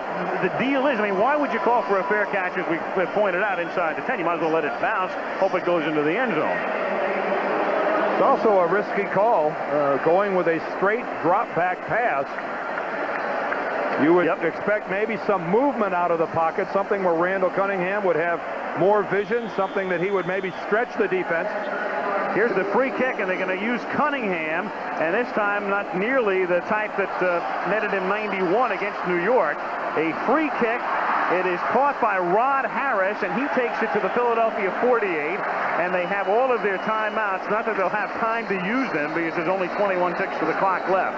Well, they'll still, though, you're looking at, what are you looking at? Only you need about a 20-yard play, and you're inside a 50-yard field goal, so New Orleans here in an excellent position to add some more points. They're looking to get between the 30 and the 35-yard line with the big foot of Morton Anderson on the sidelines. At the 48-yard line, 21 seconds remaining in the half. 16-10 Saints. Again, I think what we're seeing, though, it's a lot easier to play this game sometimes when you don't have to win. The Eagles, I think, the team feeling the pressure, trying to catch the Giants. Fourcade from the gun. 4 receivers in the pattern, a 4-man Philadelphia rush. The catch is made by Martin, and Martin takes it to the 36. They'll have to call a timeout, and they better do it in a hurry, and they do, at the 14-second mark. So you're at the 36-yard line, which is roughly a 53-yard field goal from this point. So really what you're looking for here is something in the vicinity. I mean, 10 yards would be wonderful. Even 4 or 5 isn't bad. You know, a running play is an option here. You've got the luxury of still having 2 timeouts. An important one. We saw a moment ago that Fourcade got sacked and took them out of field goal range, so that is going to be one of his high priorities, not to get the sack, because they are within Morton Anderson's range. His long of the year is 49 yards, his career best 55, and that was a few years ago in Denver, 1985, I believe. Well, that stat doesn't give you a lot of confidence. 0 for 3 from 50-plus for Morton Anderson this year, but and 1 for 4 last year, so 1 for his last 7 from that range. Eagles, of course, well aware, very wise, very smart defensive team, and they, of course, will try to be getting the sack, causing the loss, and taking them out of Anderson field goal range. Jones and Hill left. Martin and Perriman to the right from the 36-yard line. Here comes the blitz. For Perriman, and he's lucky it wasn't picked off. Perriman was slanting over the middle, and the pass was to the outside, and Terry Hogue was the man who got a hand on it. Well, that took 5 seconds off the clock from 14 to 9. Now, if you're New Orleans, do you run one more play? Yep. You've got time to do it. Mm-hmm. You do. You've got time to do it, but you can't make this a toss into the end zone. And Forcade is saying, well, we're going to take a timeout here. We've got a timeout to spend because they'll still have one remaining, and so he figures he'll use this extra time to come over and discuss it with Mora. Why not? That's a smart call. Again, the importance of this game. Philadelphia would be, again, tied with the Giants in the East, but in effect ahead of them with a victory. And they'd be in the driver's seat to win the division because they play Phoenix next week. If they lose, they're looking at a probable wild card. Morton Anderson warming up as well. For New Orleans, again, they are out of playoff contention. And you think there's not a little interest in New York in this game, Al? The Giants, of course, looking on. They close with the Raiders on Sunday. And they know that the only way they can win the division is that they beat the Raiders, and Philadelphia either loses tonight or loses, as you said, unlikely, next week to Phoenix. We'll talk to Bo Schembechler at halftime, who, of course, has announced his retirement, has a book out as well, and will be coaching Michigan in his final game at the Rose Bowl. And there is Glenn Bo Schembechler. I love him and admire him. Boy, does he pick a time to retire. You love him, Frank? I do. So to speak. My old coach. For many reasons. A very gracious statement for a Southern Calgary. Second down, and Forcade is in trouble, and Forcade has to eat it back at the 38, and that really creates a problem now for Anderson as William Frizzell gets put in for the sack, and they take the timeout with 38 seconds, and now you're looking at a 55-yard attempt or a career-long effort for Anderson. But you have no choice but to go ahead and try it. Yep.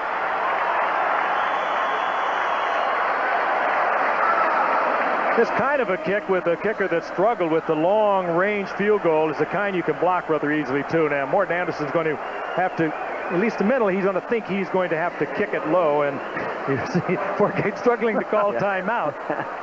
Well, I don't know if he's calling timeout or is that Troy Aikman attempting to call an audible. That's a whole new look down on the ground. But again, if I was New Orleans stretching, as Anderson will have to stretch, they are not going to get the loft they ordinarily would get.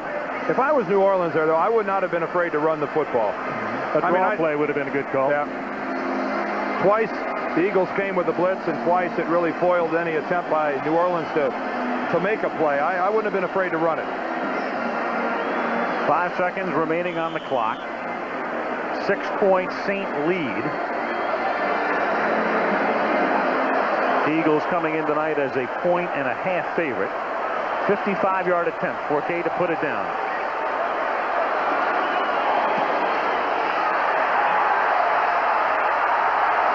Short.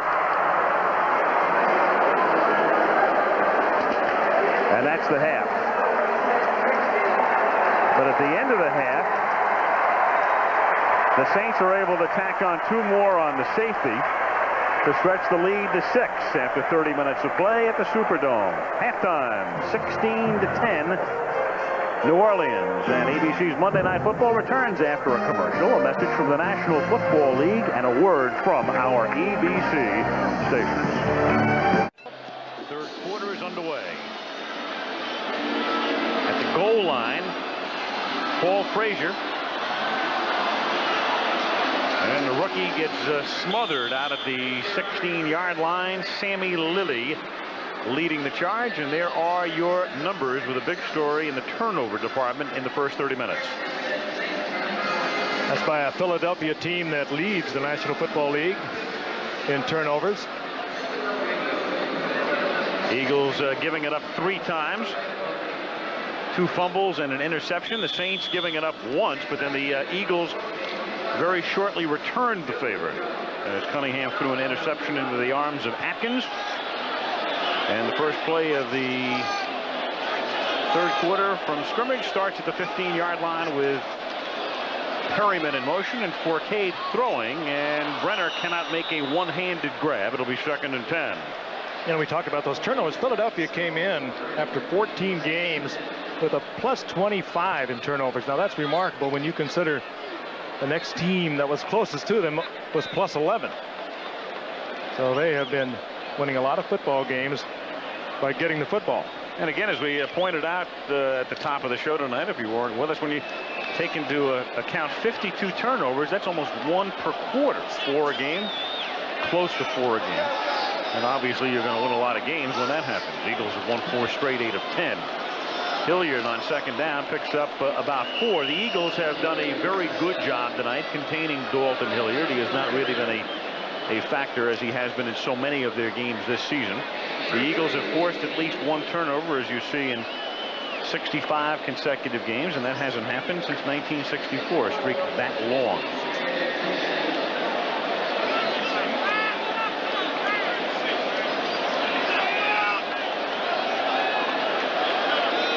Third down and 6 from the 19-yard line.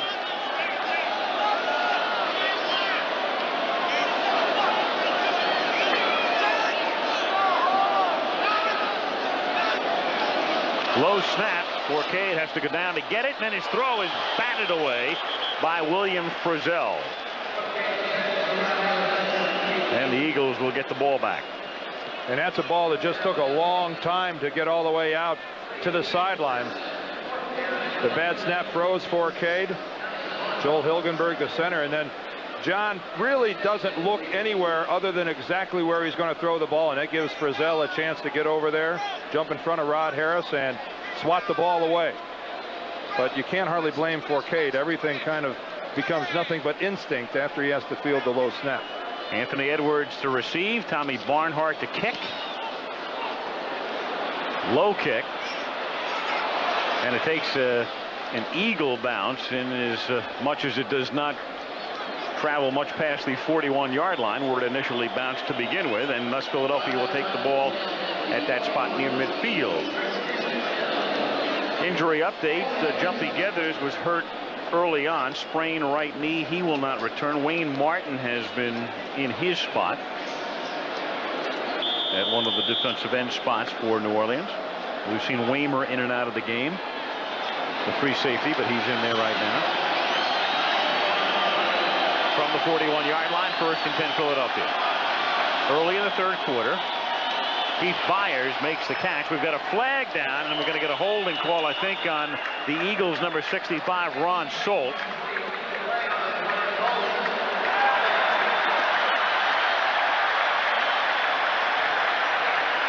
Well, if it is against Solt, that's his. He's starting the second half about the way he ended the first one.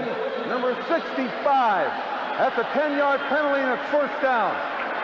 Ron Solt is the guy that gave up the safety to Frank Warren at the end of the first half, and there's Frank Warren taking a move to the outside, and really it looked like Solt was just riding him to the outside. That really didn't look like holding, at least from that perspective, but the umpire is right there on top of it. Needless to say, this guy doesn't think it was holding.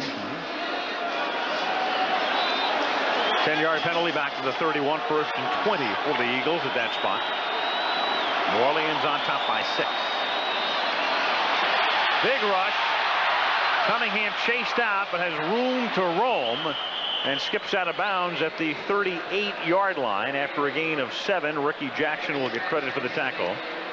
Vaughn Johnson was the man who flushed him out of the pocket initially. Vaughn Johnson thought he had him trapped, and again, Cunningham with the quickness. He's so big, 6'4", you just don't get a perception of how quickly he is moving and how fast he is. And Johnson, I know, thought he had him trapped, and Cunningham just eased away from him. Well, it's Anthony Toney. Watch Anthony Toney come in.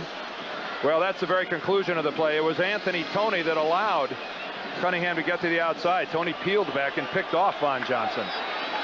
So a running back helps his quarterback. 2nd and 13 from the 38. Johnson in motion.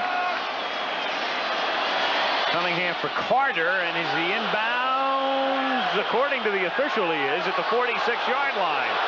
Boy, if he was, that's sensational.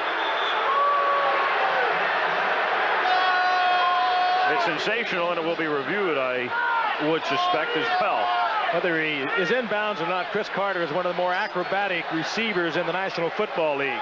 He's made spectacular catches with the fade pattern we described earlier, and Both feet have got to come down inbounds. That's tough. I'm sorry, but that's close enough. When a guy makes an effort like that, Give it to him. that's a reception. Oh, yeah. Oh, beautiful, beautiful, beautiful, And beautiful. the Eagles were going to try to snap it before they reviewed it, but you knew this was coming. And Frank, I think you used the word that really describes this guy, acrobatic. He has become a real artiste when it comes to using body language and being able to maintain his balance on a sideline or in a corner of the end zone. He has got Carter. to know exactly where this is. He has to concentrate on the football. I don't think you can turn that around. That's highlight stuff there. No, I don't know that any replay official could take a look at that and say he sees enough to say, no way. Cal Lepore, This is an old former defensive, referee, is the replay official. this is an old defensive back up there. The play stands. It's third down. Yeah. Well, you would expect the boos in New Orleans, but that's a sweet play by Chris Carter and Randall Cunningham. 3rd down and 5 now for Philadelphia, just outside their own 45-yard line. Somebody needs to tell Jim Moore there's a game going on here. He is cool, calm, and collected. 4-man rush, pressure from the backside, and the dump off is incomplete, intended for Tony. And that time, Pat Swilling came charging in along with Ricky Jackson. And both of them decide to put a little mustard on things, and I don't blame the Eagles for coming to Randall Cunningham's defense. You got 2 guys in black jerseys on top of your QB. You can't let that happen. You can't let that happen. Now give Swilling credit. Swilling's the guy that really makes it happen from the backside. Boy, these 2 guys can play a little ball here now. Swilling so quick, leading sacker on this New Orleans Saints team. I think they were just crawling off Cunningham, and they were celebrating, and I think a couple of the Eagle offensive linemen wondered what was going on back there. Actually, Ricky Jackson knocks down Pat Swilling. But still, the Eagles offensive line, you turn around and see a couple guys on your QB. Rick Tootin with a wobbly kick. Morris has it at the 15-yard line. Can't get a block, and Frizzell stays with it and ends the play at the 15-yard line. As New Orleans takes over deep in its own territory, 12:49 to go in the 3rd.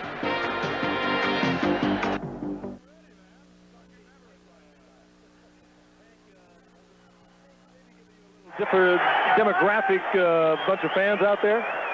Well, I think so. It's made a lot of my albums wake up, I can tell you that. There's some more gold and platinum on the wall thanks to Monday Night Football, no doubt about it. You've been our 4th man in the booth, and all your rowdy friends have been with us. Well, it was a great thrill. You know, it was a dream come true to introduce some Monday Night Football. That's America. Monday night time. Yes, sir. Dalton Hilliard on 1st down picks up about 3. Multiple entertainer of the year, country western, Hank Williams. 5 times entertainer of the year. Like Please, that multiple. please, 5. So I know you worked Bakersfield a lot, too. And I've got surprises for 90, too. What do you got planned for us? Well, we got some albums and some singles and a new road show, the Lone Wolf Tour and the Lone Wolf album. And it's kind of like a football. You make goals and plans, and you hope to reach those goals. Say, this guy's got a van that makes Don Madden look like a Jeep. Yeah. He's also got a ranch that makes some states look small. Why couldn't we have been singers? Well, we certainly have enjoyed you being our 4th man. And we wish you well, Hank. Thank you very much, Frank. 2nd and 7, and the pass is almost intercepted by Andre Waters, who drops it, is trying to convince the officials that he fumbled it, and they don't buy that. He's on the pass intended for Perryman. Trying to invoke the 1 bounce rule. Right. Maybe if they didn't see it, I get to keep it. Hank, I think a lot of people wondered if you were a Monday night fan or if you were a football fan. I think we got that cleared up last spring. Oh, yeah. Finished the recording. I've been a football fan all my life. I used to hang around the Oakland Raiders when Kenny Stabler and John Madden were there.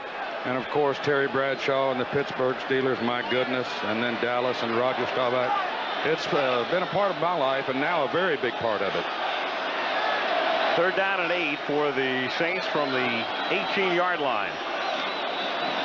Fourcade under pressure, down he goes at the 12-yard line as Clyde Simmons gets credit for the sack.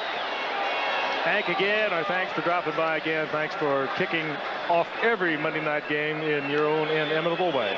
Well, thanks to all you guys. And the album will be out in about 2 weeks, and I'll have one for all of you. Lone Wolf. Lone Wolf. Yeah. And I'll have you fixed up. Thanks, Hank. Thank you. Thanks for a great year. Coming by. Good seeing you. Thank you. Hank Williams Jr. One more time. Monday night. Monday night. Saints to kick. Standing in his end zone is Tommy Barnhart. And this is a beauty. Edwards back at the 35. There's also a flag down at the line of scrimmage. Back he comes to the 46, and the penalty marker is down. Ben Wright's been a busy man tonight, and he'll tell us it's another face mask call going against the Saints.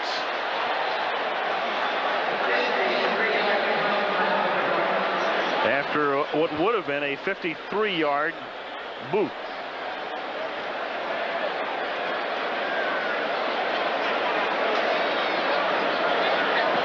Decline it, says Ryan, emphatically.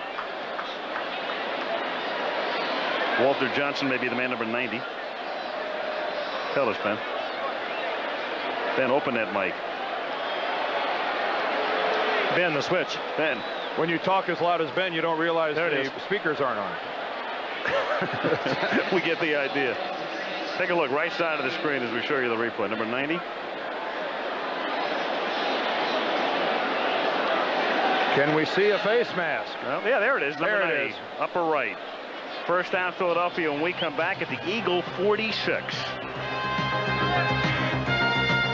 Leading Dave Craig by 2 percentage points. Dennis McKinnon right there. Bob Lee fourth. Certainly good win on distance. Philadelphia from the 46-yard line. They trail by 6, and Cunningham gets sacked. Tag team effort. Pat Swilling and Frank Warren put him in a vice. Well, Frank Warren having his best night of the season, as he is just all over the field tonight, and Pat Swilling having just another night. The kind of the year number 56 has been having. These two tonight really getting it done. There's Frank. Everyone pulls away from him. Not the best of blocking schemes by the Eagle offensive line. Guys going right, guys going left, nobody going in front of the quarterback. 2nd and 23. Cunningham airs it out for Johnson, too far. Good coverage. Milton Mack was there. There was some contact. Mack wants offensive interference. No flag. 3rd and 24. Mack came in the second quarter when Toy Cook had a problem physically. Let's take a look at it again. Ron Johnson, simple, just fly pattern, and Mack is reading it with him. And he gets a chance to look through the receiver back to the quarterback, so he knows what he's got to do, and he's right there. Frank, really unusual technique by Mack. No backpedal at all, just turns right at the line. You see him getting out there. That's Johnson getting his left arm up underneath. Well, he had help from the inside in Waymer. 3rd and 24. Only a 3-man rush by the Saints, and out in front, the catch is made inside the 10-yard line by Anthony Edwards, who takes it to the 1. Oh, boy. He beat the defense. The pass was slightly underthrown, even though Cunningham threw it close to 60 yards in the air. He had to come back to get it, and it's 1st and goal after a 3rd and 24. You had the magic numbers, Al. It was over 60 yards in the air, I believe. I don't think that the defenders for New Orleans thought Cunningham, no way he could throw the ball that far, at least flat-footed. He just unloaded. Milton Mack was back there. Dave Waymer, they were covered a moment ago. They were playing up tight. And Cunningham, with the strong arm we've talked about, threw that ball at least 60 yards in the air. Well, it went from the 23 to the 12. Well, do your math. Where's Steve Hurt when we need him? That's his first reception ever in the National Football League. Byers stopped at the 1-yard line. It'll be 2nd and goal. And we mentioned one of the problems the Eagles have had this year is the big play through the air, but they've had 2 huge ones tonight. 65 yards in the air. That's how far Randall Cunningham threw that ball. Dan and I were quite puzzled over here. Yeah, I almost took off my shoes to figure that one out. Wait till we get into the playoff scenarios. 35-35. Set a record. 72 points already. Will we ever forget? 2nd and goal at the 1. Fake to Tony. Lofted into the back of the end zone. The field judge says what? Nothing. They haven't made a call yet. David Little makes the catch. The back judge and the field judge look at each other. Nobody's made a call yet. It looks like he had his feet down. Well, Kenny Wolf, our producer, is telling us from what he can see in the truck, looks like it's good.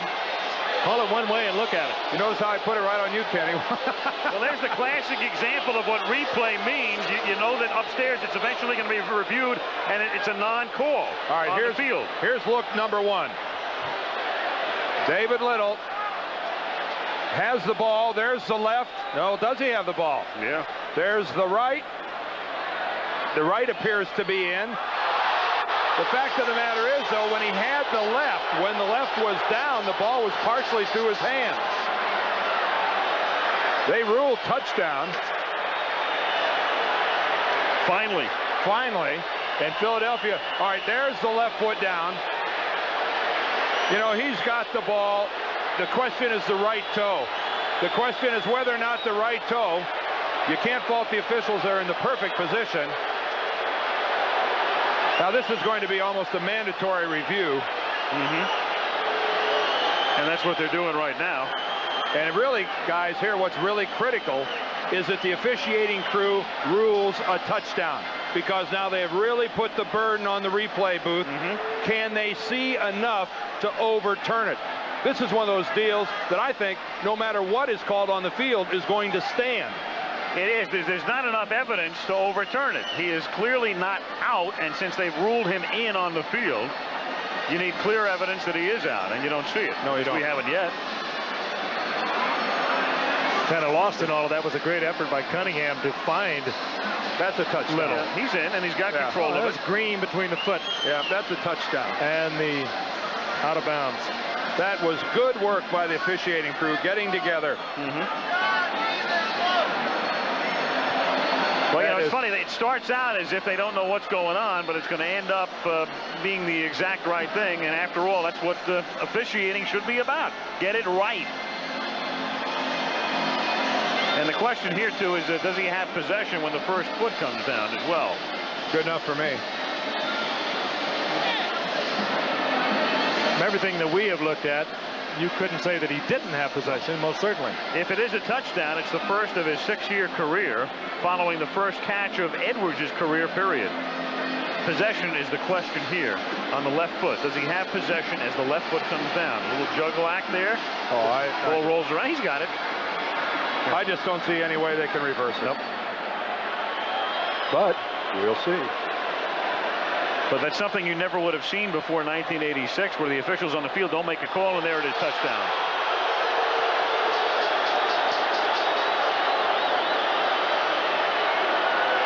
And again, what is so critical by the officiating crew is the call that they make. Because they really, I don't think there's any doubt that whatever call they made there would have stood. So here is a key extra point. Game tied at 16 for the moment. Kavanaugh to hold for Ruzek. And Philadelphia has the lead for the first time in the game, and we've got a penalty marker down.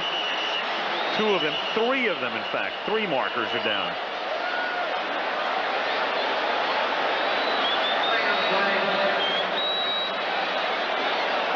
You know how some referees have this calm, gentle, soothing voice? Players get aggravated at Ben Drice. They think he's mad at them. We've got offsetting penalties here. The thing I love about Drice is he speaks in complete sentences. That's a holding call. That's an illegal Against use the of the defense hands. and that sort of thing. Just having a little bit of a problem with the switch tonight.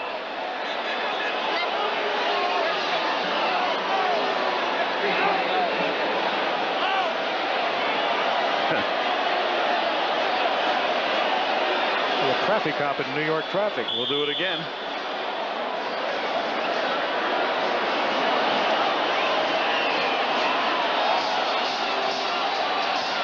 David Alexander to snap. Kavanaugh to put it down. And this time the kick is good again without a flag. And that officially gives Philadelphia the lead for the first time tonight. 9:09 to go in the third. Eagles by 1. League, interesting situation in San Diego. Steve Ortmeyer, the director of football operations, was fired, and Dick Steinberg, the longtime personnel director with the Patriots, who was rumored to be on his way to take the Jets job, winds up in San Diego, where all of the rumors had Bobby Beathard going. So Ortmeyer out, Steinberg out of New England to San Diego, a 5-year deal. And Bobby Beathard still at NBC, as far as we know. What, 5 years, $3.2 million? What a commitment that is. Philadelphia to kick off. They have the lead, 17-16. Ruzek puts it down to the 5. Bobby Morse comes back out to the 28-yard line. And the Saints taking over at that spot.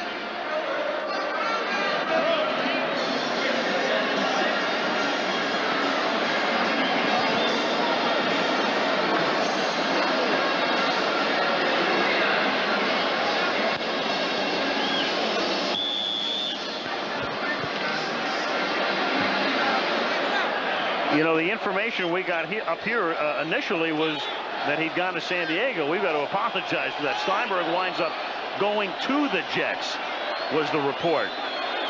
So we have our information together now. It looked sort of bizarre when we looked at it the first time. And Steinberg does indeed go to the Jets as Forcade scrambles his way out to the 44-yard line. And there's Andre Waters and I believe Eric Martin. And Andre Waters, one of the big hit guys in the league that time, actually, I think was the innocent bystander. I think it's Eric Martin who comes in and jumps in on top of Andre Waters and gets that one underway. What do you know? A wide receiver getting in here and mixing it up a little bit. What's this game coming to? Meanwhile, as they unravel this, let's unravel the misinformation we gave you initially. The report we got.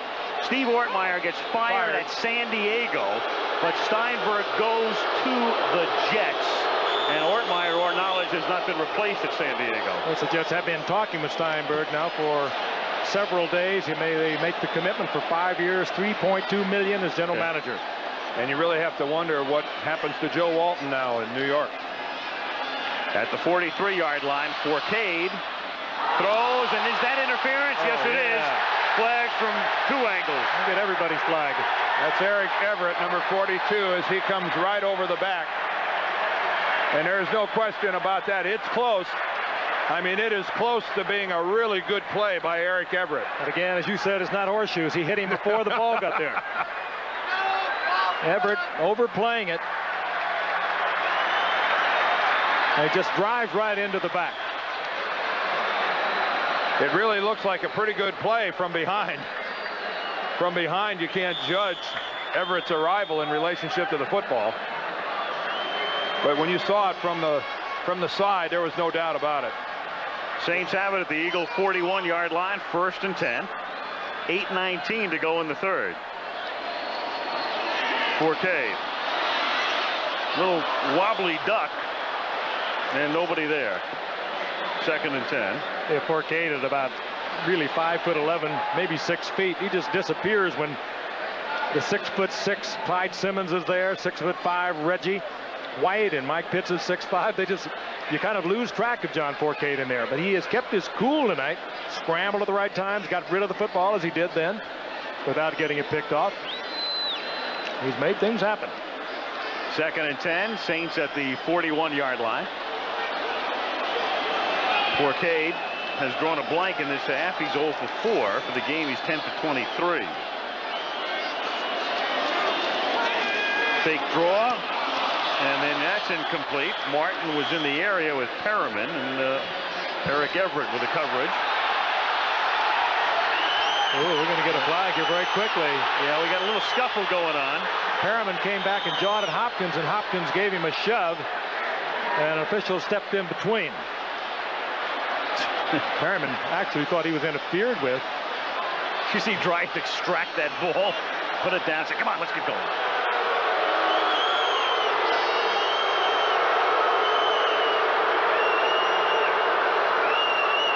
3rd and 10. Well, the Eagles have not let us down defensively. They have been storming with the blitz on Forcade all night long on the sure pass situation. And they're showing the set for it again. Shotgun, 4 wide outs. A flag is down. It's a sack. It's a fumble. It's a lateral. And Simmons is going to score again. And it's all going to depend on the flag. Simmons will have scored his 2nd touchdown of the season if it holds up. Waters to Golick to Simmons is your combination after the sack and the fumble, and let's see about the penalty. And John Forcade, meanwhile, is really hurt, Al. Back at the 50-yard line, he's just not going anywhere. He took a violent hit from both sides. The Eagles coming with the all-out blitz. And it's a sandwich job for this guy, John Forcade. First of all, let's start at the beginning of the play. While the officials try to sort this out, Andre Waters comes from one side. Well, here comes Dreith. The key call is holding, offensive holding. And that's a clothesline by Andre Waters. It really sends Forcade reeling and causes a fumble. Terry Hoag's coming from the other side. But a perfectly legitimate tackle by Andre Waters. No question about it. And he just slammed Forcade to the turf. Here's Dreith initially signals against New Orleans. Then he signals it's against Philadelphia. Here it is against the Eagles. Is that what he's saying? Well, they just moved the ball 5 yards against Philadelphia. I think he's serious. Yeah, I think well, he also gave the illegal use of the hands against the defense when it would have to be defensive holding. And of all the times for us not to have an operating microphone on the referee, boy, we could use it now. Meanwhile, no touchdown, no turnover, and the Saints have the ball and Bobby Hebert's in the game. So Forcade comes off under his own power, standing on the sideline for the moment. Hebert, a little toss to Hilliard, and he powers through for a pickup of 5 to the 33-yard line. So Bobby Hebert, who had been #1, losing his job to Forcade last week. Forcade on the sidelines. Actually, when Forcade tried to get up, he stumbled and fell down as though he was kind of stunned or maybe even had lost his senses for a moment, but he does appear to be all right. Oh, I don't know. What's he asking? Where am I?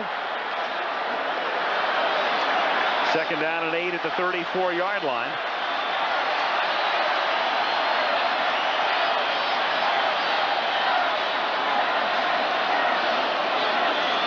Sole setback is Hilliard.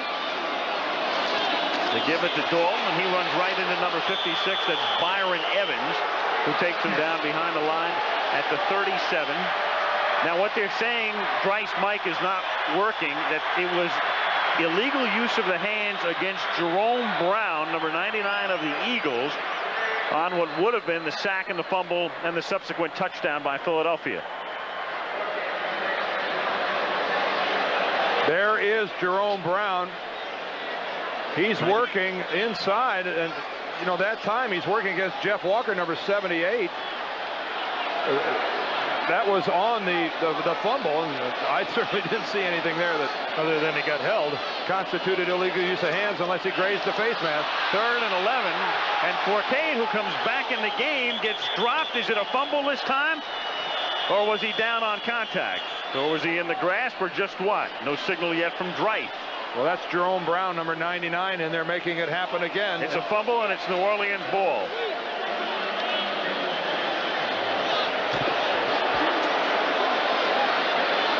Well, we've got 2 Eagles really coming at it. Reggie White incensed about what's happening on the field. He's coming from the outside. Jerome Brown is coming from the inside.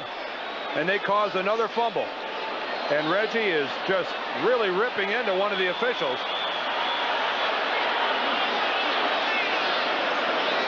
There's the ball loose and rolling around, and yeah, you could see the scramble for it. New Orleans recovers, and this game is starting to unravel in a big way.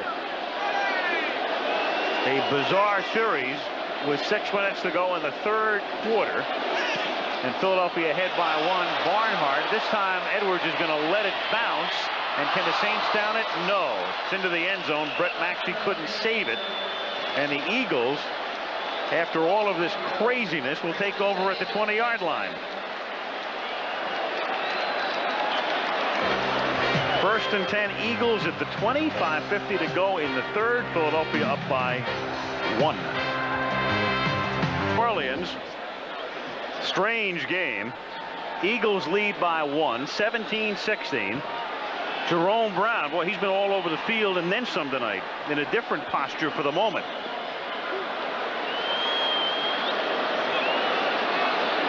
And on that last series, it was the call on Brown that negated what would have been an Eagle touchdown.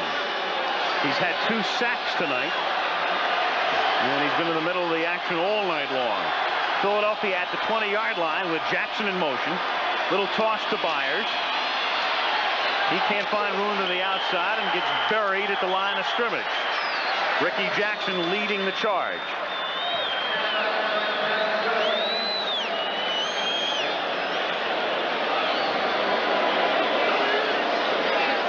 So it'll be 2nd down and 9 from the 21-yard line. Philadelphia Eagles have the reputation, and justifiably so, as one of the roughest, toughest teams in the league. And I think what we're seeing tonight is clearly a response by the New Orleans Saints that we like to think that we can play toe-to-toe with anyone. Inside handoff out of the gun for Anthony Toney. He takes it out to the 24-yard line. And it will be 3rd down and 6 with Swilling in on the tackle. I mean, I think that anyone who understands the term professional, when you look at the efforts that's been given tonight by the New Orleans Saints, a team with really nothing to play for out of the playoffs, they have really, I think, given the country a reason to be proud about the New Orleans Saints. They have played like guys who are getting paid to play. As they did last week against Buffalo. Yeah. I admire that this late in the year. On 3rd and 6. Frank Warren again. Cunningham chased. And the pass is caught by Johnson, who somehow gets free at the 41-yard line. Milton Mack finally makes the tackle. And the Eagles tonight have been so proficient on 3rd down and long. But again, how about Cunningham running to his left, right-handed passer. Had to put it in between 2 defenders. And what a remarkable athlete. And you keep saying it, and he keeps doing things that constantly amaze you. Gets away from Frank Warren, who is a good, quick lineman. Also Von Johnson in pursuit, and then throws it in between 2 defenders perfectly. And going the opposite way. From the 43-yard line, a draw. Byers. Ricky Jackson gets taken a couple of yards after he'd stopped him initially at the 40. He's able to power forward as Byers down to the 37-yard line.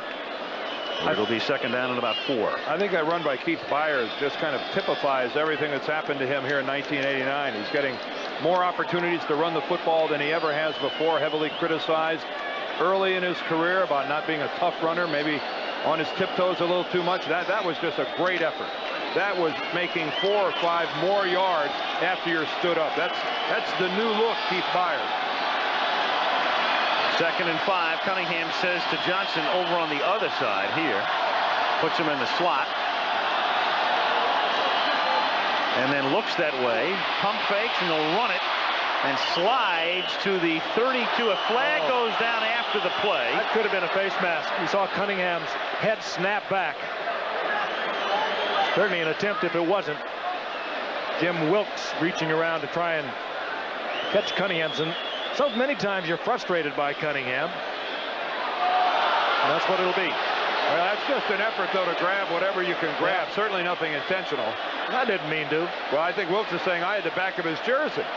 Don't be touching an official there, Jim. No, that's not good. Charles Haley can tell you about that.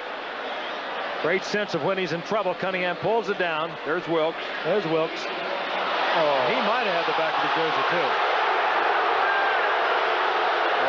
You can hear the Superdome crowd's reaction to that. I think that's just a good play. And the resultant action. There is the back of the jersey. Well, there's our reverse angle. You can't see it any better than that, folks.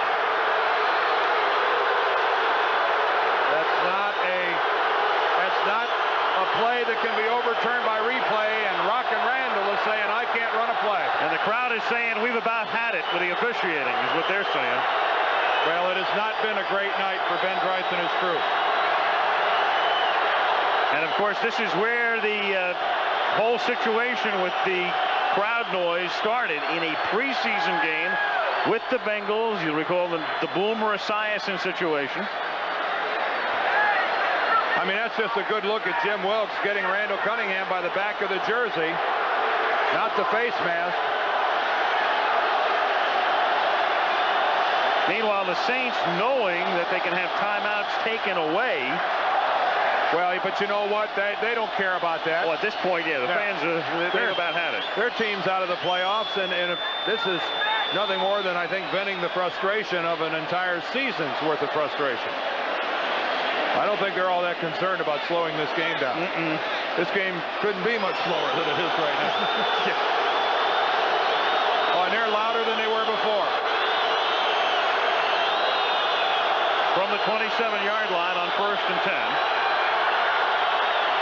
It's a draw play, and Byers picks up about 2. And I applaud Randall Cunningham. You betcha. I applaud Randall Cunningham for getting under there, throwing his team in a tight formation and running a play. You talk about a guy that's come a long way. That's the way you do it. There are a lot of quarterbacks in this league who've been around many more years than Randall Cunningham that might have been tempted to stand back there and just let that unfold. Good play. Get on with it. Philadelphia 66 yards thus far. Again, New Orleans 11 consecutive games holding the opposition under 100. 2nd and 7. Big rush. Cunningham off his back foot, off balance, incomplete. A flag goes down. Dry throwing the flag as Cunningham gets buried under a quartet of the ball Saints. away. And grounding is the call. Yeah, but he pointed against New Orleans. Yeah, well, that was the original point on the what would have been a Philadelphia touchdown was against New Orleans. Grounding. Oh, now it's this way. Okay. If it was loss of down. If it was defensive grounding, we'd really have a scoop. That is a loss of down. Cosmetically, we are not witnessing one of the great games. Only a hard-hitting game, and no question Cunningham did not have a receiver within 15 yards of that. The rule states if you are throwing the ball and your intent is to evade a sack, that's when they can call it. 3rd and 22. Frank Warren again. Cunningham. Fumble. Byers is there to pick it up. And Byers takes it to the 16, and that's the difference between what would have been a 4th down and a 1st down. Cunningham is hit well before the 1st down marker. I think that's Randall's 3rd fumble of the night. At least 3. Maybe he's had 4. I know he's had 3 that I can remember. What a sense about when to pull it down, and this time breaks it back to the inside, tries to cover up the ball. Waymer just rips it out. Ball's free. It bounces right into the hands of Byers. And Byers, as Al said, got the necessary yardage for the 1st. That's the difference. Otherwise, they're looking at a field goal. Typical Saints football, though. Look how many hats are going on the ball carrier. 16-yard line through the middle. Anthony Toney takes it to the 13. Clock is down to 1:45 to go in the 3rd.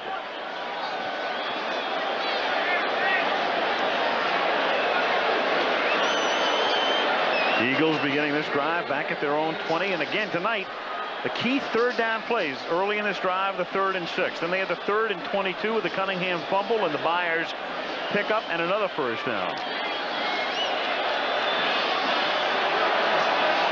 2nd and 7, the ball at the 13-yard line.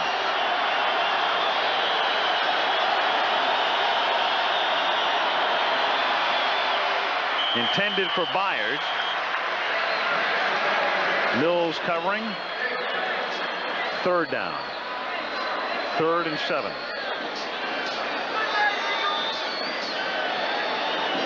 We talked about it so much tonight. So often we've seen Philadelphia in this exact situation. Go with those fade patterns to the outside receivers. Chris Carter has been the primary one. Of course, the Saints, looking at films and studying frequencies, they are very aware of it. It's almost hard to protect against, and Carter now goes to the right. 3rd and 7. Big rush from the backside. Swilling gets picked up through the middle. He is in the grasp at the 19-yard line. Pat Swilling.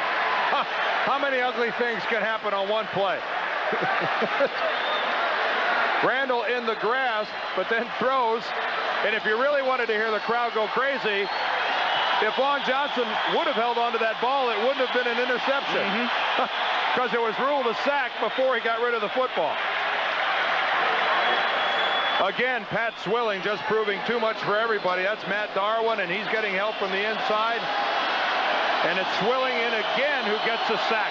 That's a wonderful effort by Pat Swilling. 37-yard field goal attempt by Ruzek. And it's good, but of course there's a flag. Wow. Benny Thompson was the guy who came charging through. And we're going to here we go again. And I think we may get a roughing the kicker this time. This may be good for a Philadelphia first down. Running into, of course, will not give you the first down. Roughing will, and well, it's fourth, really shaken up. 4th and 14. But a personal foul would be a 15-yard assessment if it's roughing, not running into. That's the personal foul variety. That's what we're going to get. First down. Big penalty. It's a first down, and now, of course, Philadelphia, that's the second time in the game they've kicked a field goal and had the option of keeping it or taking it off the board. Well, Benny Thompson was involved in the first roughing the kicker, actually running into the kicker, to get the terminology straight, that we thought was a very questionable call. This one's going to get flagged every time. From our reverse angle, the hold by Kavanaugh, and there's Thompson clearly into the legs, but you know, we can go on all night. Is that running into the kicker? Is that really a rough? I mean, again, I think this is a fairly impressive acting job by Ruzek. He's got a guy between his legs and then dumps on him. He's given us a couple tonight. And old Ben slaps him with 15. So they take the 3 points off the board. The Eagles elect to take the penalty. It's first down, and you'd have to call it goal because the nose of the ball is right on the 10-yard line. There it is. You put the nose of the ball on the goal line in that position. It's a touchdown, first and goal. Well, Benny Thompson has to learn one thing, that you can't get in there. You can't get that close and not come up with some ball. You can't get in there and run the risk of being flagged. Nor is that the angle you're going to block it. You've got to be out in front of it. Yeah, good point. Cunningham throwing, and Byers can't make the catch. Had to turn and twist and drops it. Second down. Well, if that hadn't been a touchdown, they'd have been button heads at the goal line. And no one knows it better than Byers. Usually sure-handed. Only one running back in the league had caught more passes into the night. That's Rathman of San Francisco. The pass was just a little bit over his shoulder. I think Byers would have preferred to have a little more towards the sideline. Second and goal. Carter split left, Johnson split right. Looking toward Johnson in the end zone, too high. Massey staying right with him. Third down and goal at the 10. A reminder now, next Monday, Christmas. So spend part of it with us as we close out the regular season. Monday Night Football on the 25th. The Vikings, if they win the NFC Central. They would win it, of course, if Green Bay were to lose to Dallas on Sunday. But assuming Green Bay wins, Minnesota has to win against Cincinnati. Still very much alive in the playoff hunt. And as we stated before we're done tonight, we'll review the playoff structure for you. Third down and goal with Ruzek warming up on the sidelines. And the pass to Byers is caught, and then Byers is out of bounds at the 2-yard line. So it's 4th down and goal now at the 2, and Cunningham looks over toward the bench and says, what do you want to do? And Ryan says, let's go for 3 more. You almost have to do this. You get it out of a field goal on the part of the New Orleans Saints to take the lead or to even tie. So 4th down. It's 4th and goal. The ball is actually spotted inside the 2-yard line. Didn't Kavanaugh throw a touchdown pass? He did last A week. week ago. Out of Chris Carter. On a little fade against Dallas. 19-yard attempt. Even shorter than an extra point. And that's good. So they can't capitalize on that penalty. They settle for the 3 anyway. We're down to 16 seconds remaining in the 3rd quarter. And the Eagles lead it by a score of 20-16. And of course, we'll make ourselves right at home here in New Orleans because we'll be back here 2 weeks from tonight. The USF&G Sugar Bowl. Dropping by the booth is the great athletic director at the University of Miami, Sam Jankovic, whose team will take on the University of Alabama. And I know, Sam, your Hurricanes will be ready, won't they? Yes, we will be ready, and we're very excited. Sam, how do you feel about, I mean, obviously you got a situation, Colorado #1. If they win in the Orange Bowl against Notre Dame, they'll be #1. But if Notre Dame wins, you've got people saying Notre Dame should be #1. If you guys win against Alabama, you should be #1. What do you think about a national championship down the line? Well, first of all, we just have to take care of our homework and beat Alabama and let the chips fall where they may. But I've never been a proponent of a playoff. I think the last 7 years it's been very clear who the national champion has been. And I believe that coaches throughout the country, as well as football players, have far too much pressure on them. And football programs are supporting programs right now throughout the entire country, and also with revenue sharing. Sam, we thank you, sir. And we'll look forward to seeing you 2 weeks from tonight, right? Certainly have had a fine program in Miami, by the way, and we're looking forward to being here. Sugar Bowl, Alabama and Miami. Thank you, sir.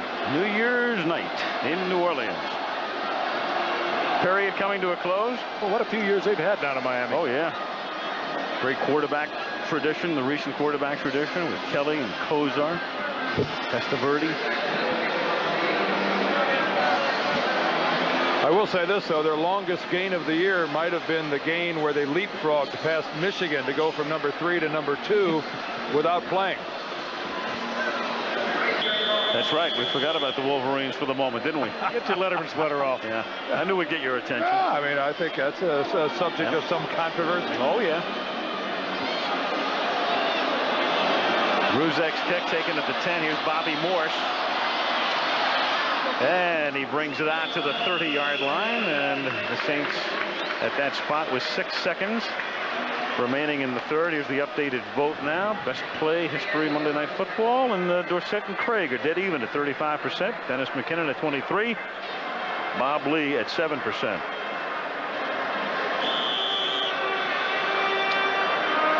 Here, Philadelphia leading 20-16. They try to remain on top in the NFC East with the Giants. And, of course, Philadelphia would hold the advantage, having beaten the Giants twice this season. On 1st and 10, pass is caught underneath by Hobie Brenner, the tight end. That's a 5-yard pickup. The 4th quarter will begin with a 2nd and 5 at the Saint 35. And the score, Eagles 20, Saints 16. ABC's Monday Night Football returns from New Orleans after this from our ABC station. St. Pat Swilling getting some oxygen. Well, that last sack of his where he got Randall Cunningham in the grasp, where he was knocked down by 2 guys and then got back up and came in the backside. That's the kind of effort that a lot of guys talk about, few give. 4th quarter begins, 2nd and 5 at the Saint 35, and Forcade hits Brenner, and Brenner drags Seth Joyner and Andre Waters with him out to the 50-yard line, and a 1st down. And we'll take a look at the numbers through 3 quarters of play tonight. You can see the decided edge in yardage leading in favor of the Philadelphia Eagles, but again, they're also leading in turnovers 2-1. And it has been a tenacious effort by the Saints here this evening against a real talented football team in the Philadelphia Eagles. And in New Orleans, on Monday night on at the 50-yard line. The pass is incomplete. Oh, we saw Jerome Brown on the sidelines a little earlier for the Philadelphia Eagles. He was sucking wind, and a moment ago we saw Swilling over the sidelines. It's been that kind of a game. Neither team able to run the football. There's Brown. He's up and active again, getting a little rest, however. He just was exhausted. It's been the kind of game for a defensive lineman or a linebacker who is used in the pass rush so frequently as Swilling is, that it is flat exhausting, no matter whether it's air conditioned or not. No running, you just go for the passer on almost every down. Brown's still frustrated, though, that it was a penalty against him that cost his teammate Clyde Simmons a touchdown. 2nd and 10 at the 50. Forcade and a near interception. We've had about 6 near interceptions tonight. That's Izell Jenkins with the drop, and it will be 3rd down and 10 at the 50-yard line. It's not often you'll see 2 teams make less of an attempt to run the football than these 2 here tonight. Jeff Fisher looking over the defense, sending Hogue and Frizzell in. It'll be 3rd down and 10. I think Philadelphia's problem has probably been the trouble with their offensive line. We talked about the problems the left side with Darwin and the broken thumb by Heller. They're hurting pretty good. They've been trying to run the football in recent weeks. 3rd and 10. Saints from the 50. 4-man rush. And the pass is caught by Martin on the far side on a 1st down at the 33-yard line. Eric Martin, who was so instrumental early on, 2 sensational catches on their first drive and a couple of drops, and relatively quiet since. 17-yard pickup.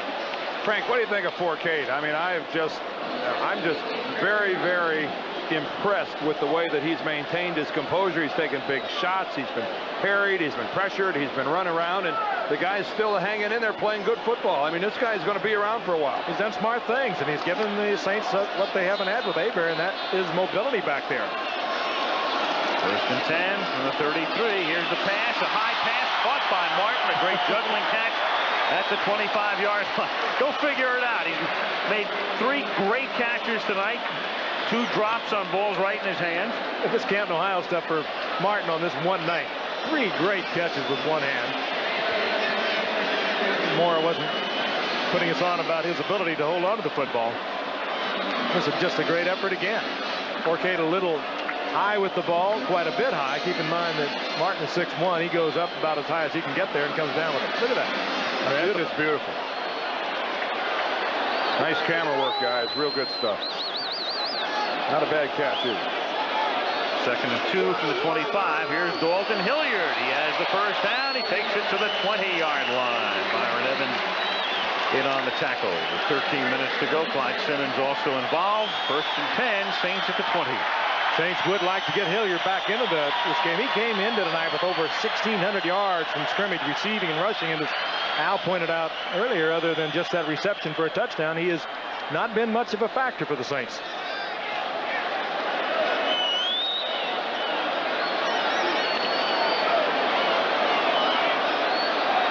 First and 10, Saints at the 20-yard line.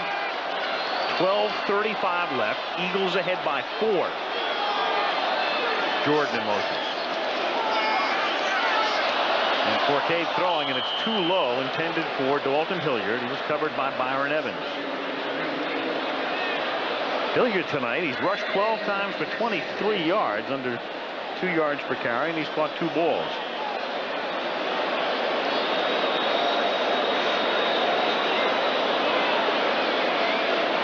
Second down and 10. Ironhead Hayward checks into the lineup.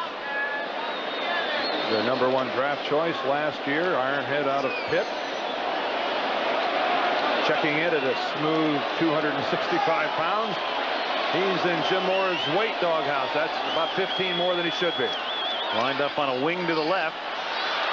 Forcade off balance pass is caught in the end zone for the touchdown by Martin. And John Forcade has no idea that's a touchdown. I'm not sure he knows yet. And Eric Everett wanted a push off on Martin and doesn't see a flag. Oh, what a super effort just to keep it alive. That was a square out and then a down. And Forcade had to buy time back there, and he was falling backwards as he released it. Watch the shot that John Forcade takes at the end of this play. That's Jerome Brown, number 99. He just sends Forcade going backwards, and he has no idea whatsoever that that's been caught. And on the other end, it was Martin against Jenkins.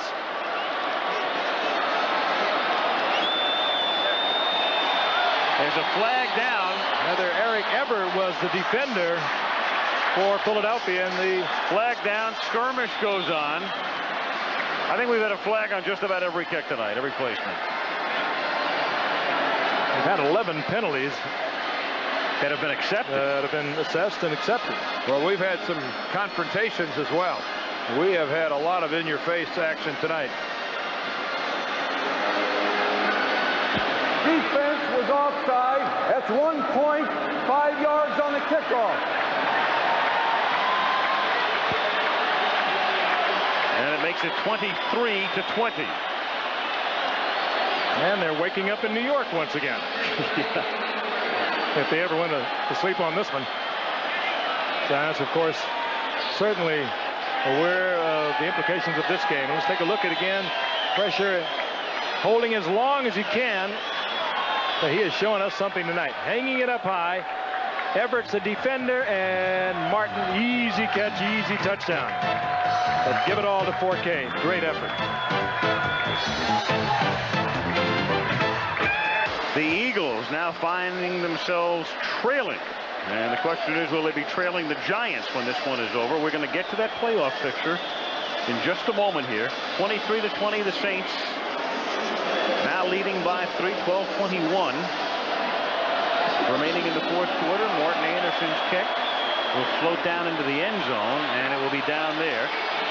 And we can bring you up to date on the NFC playoff picture. Let's start with the NFC, where we can tell you one team, of course, is in. We know that, San Francisco.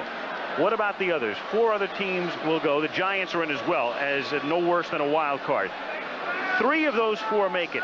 There are 128 possible scenarios remaining. The Rams in 122 of those would be in, meaning they've got a great chance. Philadelphia has a great chance to be in either as a division champ or a wild card. Minnesota controls its own fate. There they are in red. Green Bay, of course, needs help. They have to win and have Minnesota lose, basically, for them to get in.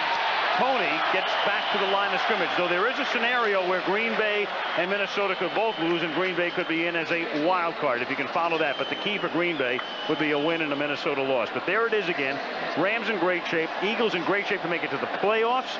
Minnesota needs to beat Cincinnati or have Green Bay lose to Dallas, and in they go next week. So that's the NFC, which is pretty simple. We will get to the AFC. Get out your calculator. Yeah, when we've got about a half an hour. 2nd down and 10. And Anthony Toney gets wrapped back by Wayne Martin. Now, one follow-up, Al, to what you're talking about here in the NFC, and of course that concerns us next Monday night. How would you like to be the Minnesota Vikings if Green Bay goes ahead and beats Dallas, which throws the onus right onto the Vikings?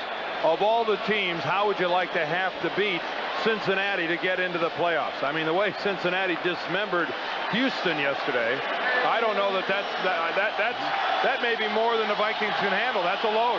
And in a scenario where it didn't mean anything to Cincinnati. Perhaps even tougher. 3rd down and 10 from the 20-yard line, and Cunningham throws it up for grabs pretty much, and it's grabbed by Waymer. And he is down at the 42-yard line. Picked off by Dave Waymer.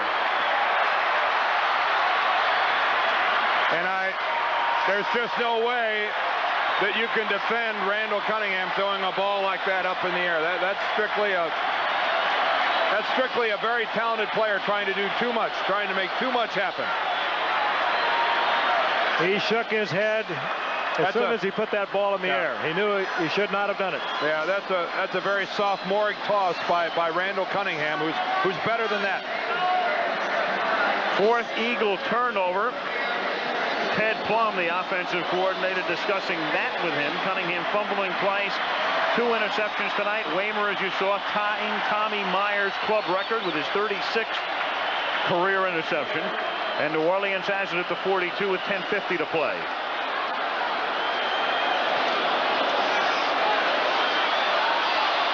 Forcade, a little dump off screen to Dalton Hilliard. Brown can't take him down, but he slows him down enough for Evans to make the tackle. But I believe a first down, and it is at the 47-yard line. They give him the spot. First down. Boy, what a good job by the offensive lineman of the Saints not crossing the line of scrimmage. That screen took a while to set up, and they were really on top of where the line was, stayed behind it. I thought they would be for a moment, Dan, but you're right. They stayed on it.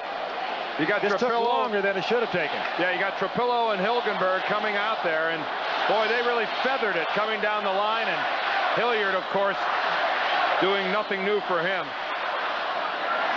47-yard line. Hilliard to the 40-yard line, where Wes Hopkins bumps him out of bounds on a good hit after a 7-yard gain. What a shot by Wes Hopkins. That's how a safety comes up and throws his body into him. Of course, Wes has been doing this for a while too. Boy, that's just perfect. That's altering the course of a running back against his will. Your basic physics, weight, mass, velocity. Not only Hopkins, Andre Waters, the other safety back there, will really unload on you. Both of them often are called upon to play just like a linebacker in the Ryan defensive scheme of things. 2nd and 3. Here's Hilliard. Whoa! The first. Boy, oh boy. What did he run into?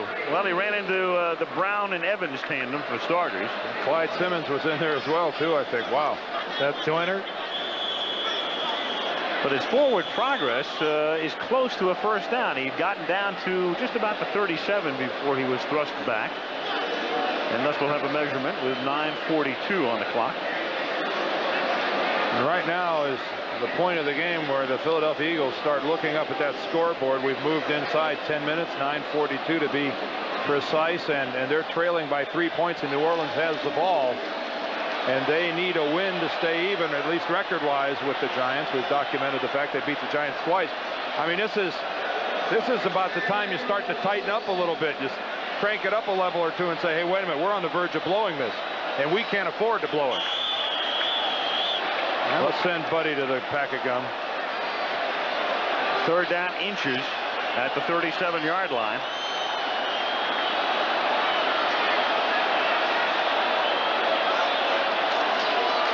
Here's Hilliard, and it's going to be real close. Ooh, I don't think he got it. No, unless they give him a great spot. I hope they find him.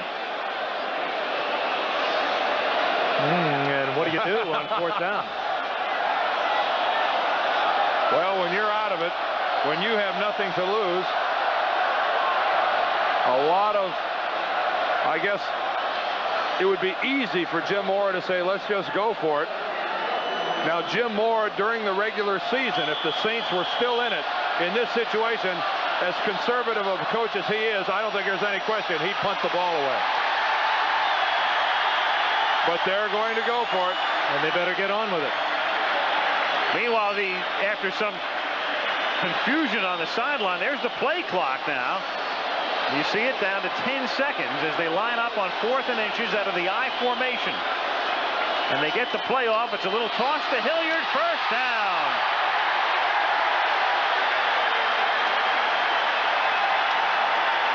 At the 36-yard line. And the clock keeps on rolling down to 8:40. You know, it's difficult to crawl inside a guy's head and say that this is what he would have done and what he didn't do and what he wouldn't do, but you guys agree with me? That's not a typical Jim Mora call. I totally agree, and I think it would have been the right thing to do. And again, 7-7, they're going nowhere. He's got a very emotional team playing out here at the moment. A team that's going nowhere. They're going to be home for New Year's for certain. No playoff possibilities, and they are all of a sudden stoked up. They know they're playing before the entire country, and they're playing just out of pride. They are professionals. 1st and 10, 35-yard line. Out pattern. Martin makes the catch. He has a first down. Breaks one tackle, but not a second. Taken down at the 17-yard line. Well, that's just one of the obstacles the Eagles have to try to overcome, playing a team that is reckless and loose and relatively carefree, but Again, you have to praise the Saints. This is a ball club that is just playing good football. Eric Martin, who appears to have gotten over his second quarter mistakes, stays in bounds, keeps the clock moving, and picks up another New Orleans first down. Yeah, but Dan, that was also a defensive mistake. You saw Andre Waters trying to get back into the coverage. He'd got himself caught inside. Eric Everett was off about 15 yards. Easy completion. Eric Martin for the year on that catch, now over 1,000 yards. At the 16-yard line, it's Hilliard to the 14, and they're chewing up the clock. 7:10 remaining. First time tonight they've chewed on it. Yeah, they've been content to nibble. They've just been sniffing around it. New Orleans on top again. The Giants would lead by a game, but then the Giants have a game against the Raiders in the Meadowlands on Sunday. The Raiders are still alive. They're still in playoff contention, even though their chances are somewhat slim. They better bring the Woolies, Al. Yep. She is frosty back there. Eagles play Phoenix at the Liquorless Vet on Sunday. 2nd and 8 from the 14-yard line, and the catch is made by Martin at the 8-yard line, short of the first down by 2, and a 3rd down coming up. Hey, this young man has, a lot of people didn't know anything about him until tonight. Telecast last week against Buffalo, just basically coming back here. But they have learned a lot about him tonight. He is a courageous, gutsy performer. You know, you're talking about what has to happen this coming weekend. I think the Giants have a lot tougher task than the Eagles. If the Cardinals play anything like they played in that 37-0 whitewash to the Broncos, Philadelphia should have a relatively easy time with Phoenix. 3rd and 2. Forcade firing, and is there a flag? Yes, there is. All kinds of contact. And Martin turns around. I'm not sure now he knows there's a flag down. Well, Eric Everett, number 42, looked like one of the guys right there. He's the guy, I think, that went up the back of Martin. Everett having a tough night. Again, Forcade, though, under tremendous pressure. I wonder if they're going to talk about whether or not that ball was catchable. Defense, passing it turns number 42 in the end zone. The ball goes on the 1-yard line. Well, that's Ben Dreith has ruled that it was a catchable ball. They'll move this baby down to the 1-yard line.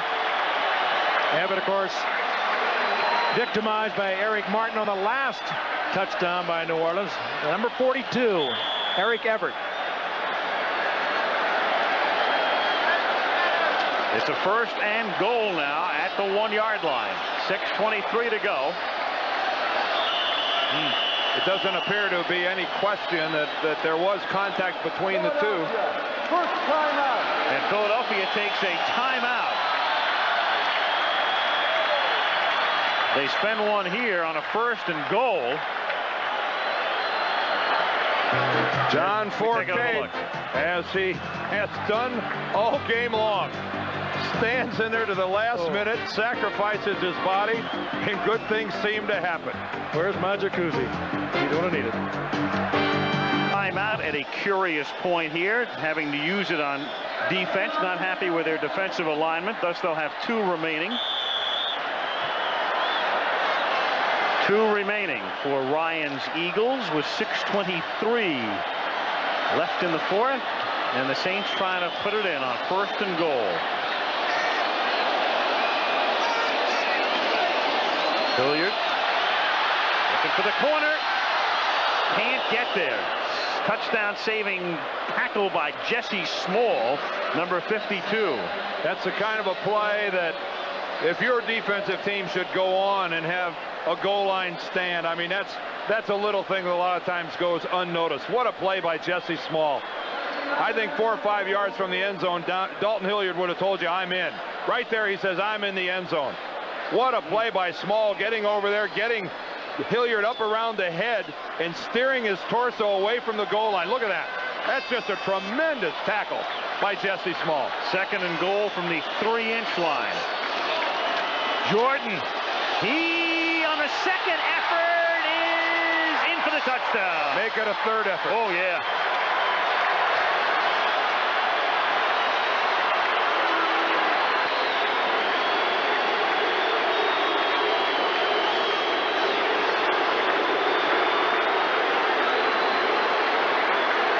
Wes Hopkins, big hitter, bounces off.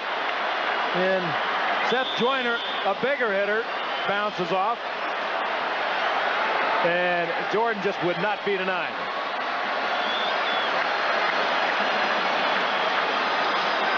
Hopkins. Jordan.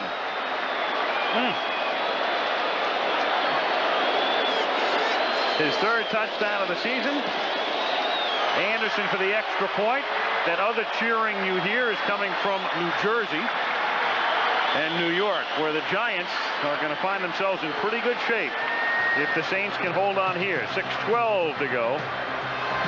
And New Orleans now has a 10-point cushion. Boy, that's a shocker. Another confrontation after a kick. That's something new.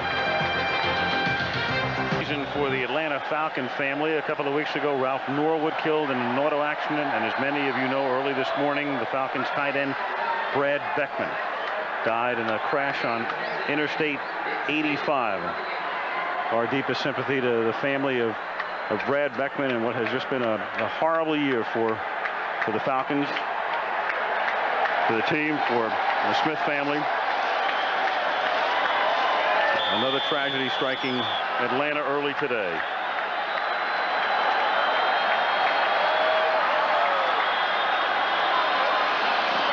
Anderson with a booming kickoff through the end zone. And the Eagles will take over at their own 20-yard line. Well, we mentioned the AFC, and we're going to try to make this as clear as we can. Brace yourself. Yeah, the Denver Broncos are in. Now, there are 256 scenarios. How do we come to that? It's 2 to the 8th power. Houston, in 240 of those, would be in. They are next to in right now. Buffalo, real good chance. Cleveland, good chance. Indianapolis, interesting. We'll get to that in a second. Cincinnati, very confusing. But the key is Houston, Buffalo, and Cleveland and Indianapolis, with victories, go in. They control their own destinies.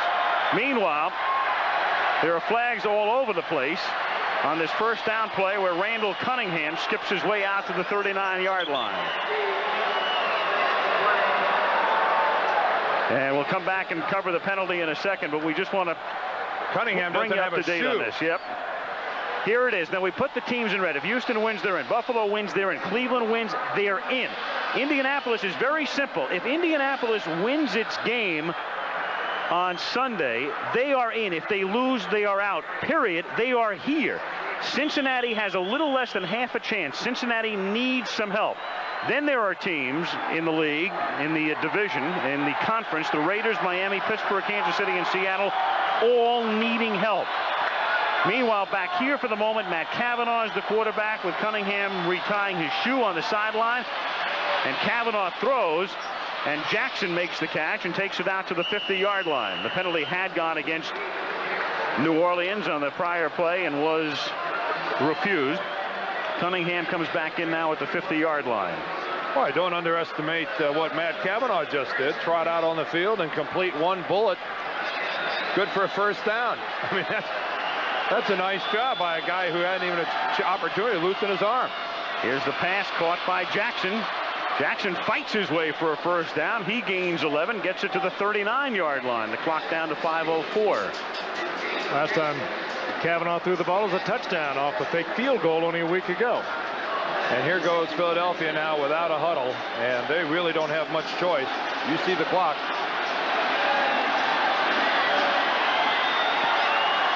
.445, first and 10. Cunningham fires, tipped, and is it caught? It is a tremendous catch by Jimmy Giles off a deflection by Robert Massey. What? I mean, that's almost immaculate reception type stuff by Jimmy Giles.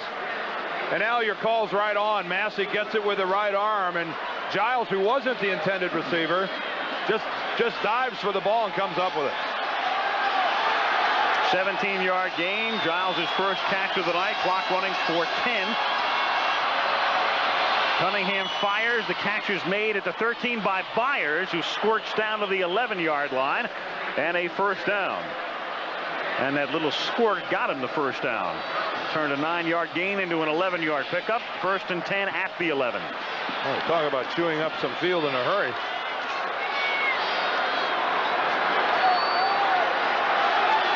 Again, the Saints last in the league in pass defense, and the catch is made at the 2-yard line by Anthony Edwards, and he is shaken up, a little slow in arriving, but now he's fine at the 2.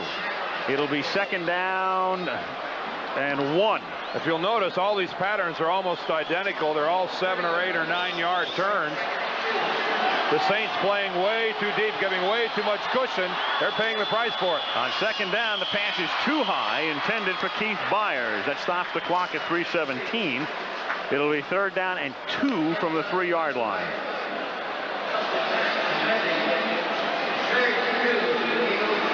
Now, Al's call there was exactly right. It's 3rd and 2 from the 3. So Philadelphia can get a 1st down without getting into the end zone. If they get the ball beyond the 1-yard line.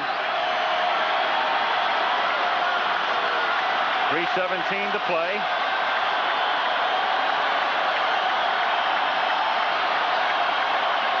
Play clock down to 5. A little fade for Carter, and not this time. He's caught 7 of those babies for touchdowns this season. Massey covering, 4th down. Now here's a case where you need, sooner or later, you're going to need the field goal. You're down by 10, so at least for the moment they will line up as if they will attempt the field goal. We say as if because last week Kavanaugh threw for a touchdown to Carter. Yeah, but you need the field goal either way. Sooner or later you need it. Yeah. And of course that is not lost on the New Orleans Saints. Oh, that's a victory. That's a victory of sorts for the Saints defense, who right now has to be careful not to get drawn off sides or anything that could backfire. And Ruzek has the kick block, picked up at the 10-yard line. It's loose again. It's out of bounds. The question is, who had possession at the end? Simmons is saying me. Gibson is saying us. Clyde Simmons is right in Ben Dright's face saying I had the ball. And it's New Orleans ball. He never did control it. Simmons was scrambling, trying to go for the ball, but he never did control it. Gene Atkins, Antonio Gibson. Now watch the ball come loose. That's Antonio Gibson with the ball. Does Simmons have it? No. Well, I don't know. He's holding it in one hand. Can you have possession holding it in one hand? Well, of course you can. Now, I mean, how long did Clyde Simmons have possession? Did he have it long enough? All right, there's Gibson's fumble. No, he didn't have the ball. No. He was trying to get it back in. He pushed it down onto the ground and lost it. The play stands. It's 1st down. He was trying to control him and never did get it. Yep. Gene Atkins is the guy who blocks it. Atkins blocks it. Gibson runs with it. He fumbles it. And Clyde Simmons almost makes a huge play for Philadelphia. Has there been anything this game hasn't had? And Philadelphia, remember, spent a timeout, so they only have 2 remaining at the 23-yard line. 1st down New Orleans as they try to chew up the rest of the clock. And the answer to your question is brevity. Yep. Hilliard fumbles, and number 82, Tice, recovers. Can you believe it? And look at the reaction of Wes Hopkins, seeing a golden opportunity go away. Well, how about the hit he put on? I'm trying to recall a game where I have seen more aggressive play, more in-your-face, stuff-it-to-you football.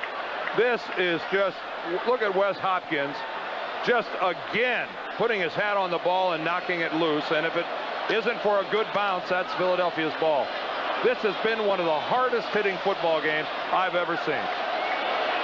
Philadelphia defensively is thinking nothing but strip the ball, get it out of their hands, get the recovery, get the turnover. 2nd and 6. They try to strip it, but Hilliard bites his way into the 32. At short of the 1st down, it's going to be 3rd and 1, and it's going to take us to the 2-minute warning. But before that, the Eagles spend a timeout, which means they'll get a free one at the 2-minute warning, but it's all going to boil down to whether or not they can stop the Saints on the next play as to whether they'll get the ball back or not. And keep in mind, they had to use a timeout down on the 1-yard line. On defense, on 1st and goal, when Ryan didn't like his alignment and he had to take the timeout there, costing him one.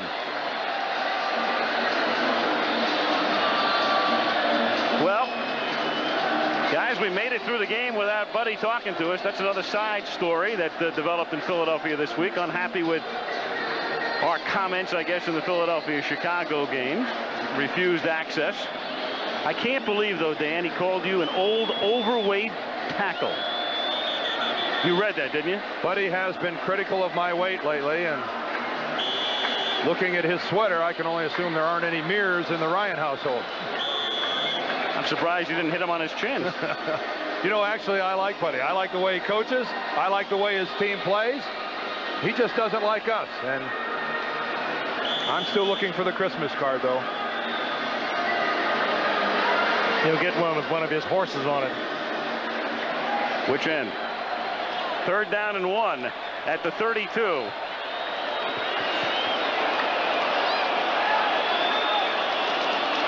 Here's Hilliard. And that's a 1st down, and the clock will stop at the 2-minute warning, but it's a 1st down, and Philadelphia can only stop the clock once more. And this one is all but done. And the New York Giants are a group of some pretty happy people at the moment. 30-20 New Orleans. Well, the New Orleans Saints right now 10 points to the good. 4 of them accountable to Morton Anderson, the Travelers Man of the Year for the New Orleans Saints, for all of his work off the field as well as on. And of course, it would be another year if he could get 7 more points this season. And I don't think we're going to see much of him tonight, but if he could get 7 more, that'd be another year of 100 points or more. 1st and 10. Saints have it at the 35-yard line. Eagles can only stop the clock once. Hilliard at the 34. Here's Philadelphia's final timeout. Let me just pick up one other thing, because we had sort of a truncated AFC explanation, which we had gotten into before. If you are a fan of the Cincinnati Bengals and you're wondering who do you root for this week, it's so crazy the way the tie-breaking system works. If you're a Bengal fan, you want a lot of teams to finish 9-7. So if you're a Bengal fan, you're hoping that Houston will lose to Cleveland, or that Pittsburgh, believe it or not, will win to go 9 or 7 to get more teams at 9 and 7, because the Bengals' better chances would come with more teams involved in that mix and not head-to-head, if you got that. Do we qualify as Bengal fans? Yep. Well, I don't know. We're going to be sharing the Christmas night with them. We'll see the Bengals against Minnesota. We know that it's an important game for Minnesota regardless. It could be vitally important to Cincinnati as well, depending on what happens Saturday and Sunday. And we say Saturday, there's a huge game Saturday, Cleveland playing Houston. Let's get to a more important question. What'd you guys buy me for Christmas? I'm bringing my stocking with me, by the way, and you ought to see the size of that sucker, man. It's a big one. I'm going to get you a Buddy Ryan sweater. Yeah, we give you, it's a year's free calls to Buddy's 900 number. Nice thing about having a size 15, you get a lot of M&Ms in there. 2nd and 11, and here's Hilliard. And he's wrestled back, and they'll take as much time off the clock as they can at this point. 3rd down. Meanwhile, candied or peanut. Best play, Dave Craig wins the balloting. There's the final result. Best play in the history of Monday Night Football. Dorsett 2nd, McKinnon 3rd, and Bob Lee winds up 4th. The best Tony Dorsett could have done, too. 3rd down and 11 from the 34-yard line. The play clock is down to 15, which means they'll run this play with just about a minute to go. Boy, Dan pointed out something else a little short while ago. This New Orleans crowd, almost to a man and woman, they have remained here. 7-7 team going nowhere, and tremendous support for these Saints. Ooh, another nice play by Jerome Brown. Boy, he's played a game tonight, hasn't he? I mean, he has been all over the place. Meanwhile, well, you're looking at Brown, who's a little shaken up on the last play. You know, there's a scenario, if you can believe this, where Philadelphia is out of the playoffs. They lose tonight. If Philadelphia loses to Phoenix and Green Bay and Minnesota both won next week, Philadelphia would go home.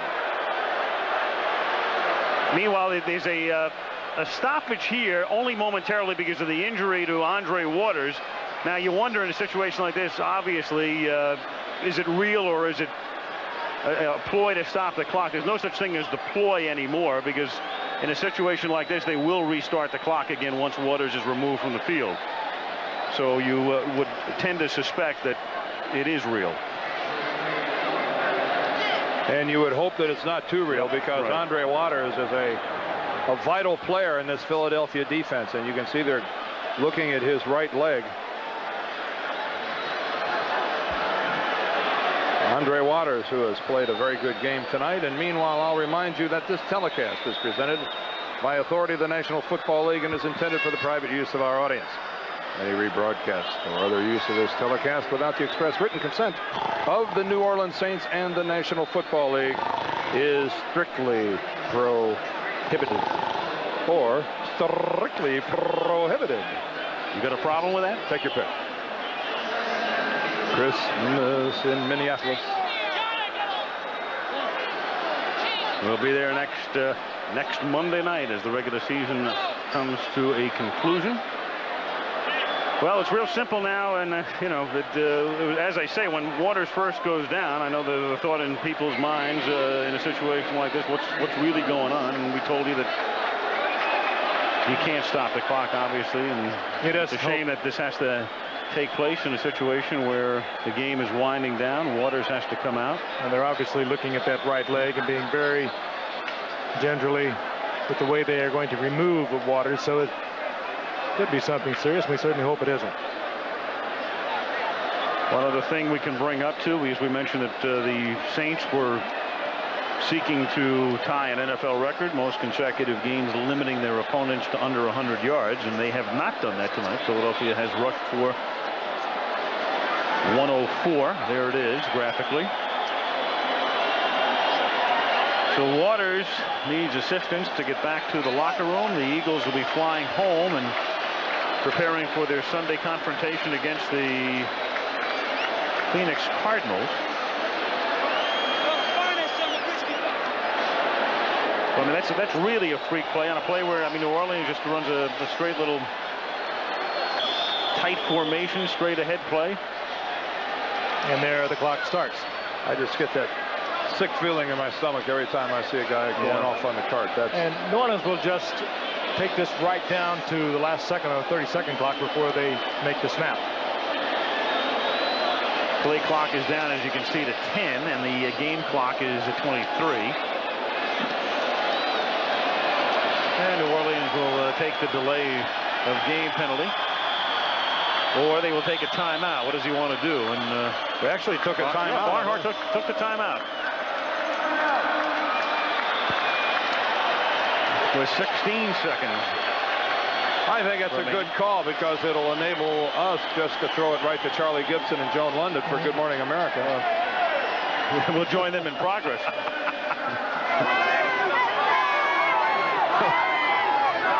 I looked at my watch. I thought for a moment it's Eastern time.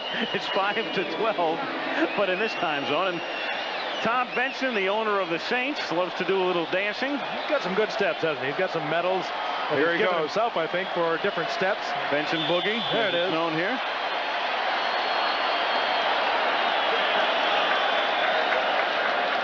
Seven and 17, and they put on quite a show tonight. And Philadelphia, of course, one of the top teams in the NFL at this point. It's a mini boogie by Benson.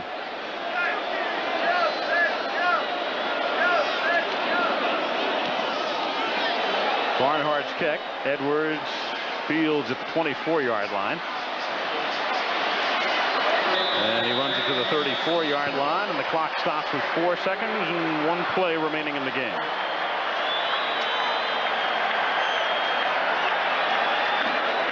Well, you can just hear Bill Parcells, Giants coach, pulling out film, looking at the Raiders. They're probably out there getting with it right now. Well, let's look ahead now. Let's what's the likely scenario? If the Giants beat the Raiders, if the Eagles beat Phoenix, the Eagles would be a wild card. Most likely they play the Rams, and in an Eagles-Rams situation where both would wind up with the same record, the playoff game would be at Philadelphia. If you say so. I want to double check that. If you say so. Steve Hurt and I went over 49,000 scenarios today. Even further, if Philadelphia were to win that, the Giants would not be able to play them because they're from what, the same division? At this stage, if you'd have said the game would have been in Milwaukee, I would have believed. Well, the game is going to be in Bogalusa, we understand. And Randall will pad his rushing stats. Yeah, this is going to be one of those Cal run-back plays. They're all looking for the Cal band. Yeah. The Sanford band. Who's ever? Well, whatever band it was playing taps tonight for the Eagles because they go down by 10. 30-20. And for Buddy Ryan, a guy who was looking at maybe a home playoff game and then maybe a trip, let's say, to San Francisco, all of a sudden he's got to be thinking about the playoffs, a wild card situation. It's out of his hands right now in the NFC East and in the hands of the New York Giants. And there is Mr. John Forcade, man of the moment here in the Crescent City. Last week it was Buffalo. Outstanding performance there. Another one tonight against one of the toughest defenses he could ever hope to face. And that's Jim Moore reacting to Buddy Ryan not even coming across the field to shake his hand. That was not a wave of congratulations on your season either, I'll tell you that. Well, don't feel bad, Jim. He doesn't do it with anyone. Call the 900 number. Yeah, right. 30-20 is the final score. New Orleans wins it by 10. And we can tell you that Saturday on ABC's college basketball, a couple of great matchups in the doubleheader from Las Vegas. First live at 2 Eastern time. The Running Rebels of UNLV will be hosting unbeaten Iowa. Then live at 4 Eastern, defending national champion Michigan takes on Seton Hall in a rematch of last spring's championship game. That's Saturday on ABC Sports, your place to kick off the 90s with the best New Year's celebration on television. Now, except on the West Coast, stay tuned for ABC News Nightline, following your late local news over most of these ABC stations. Al Michaels, Frank Gifford, Dan Dierdorf. We will talk to you next Monday night, Christmas night, from the Metrodome.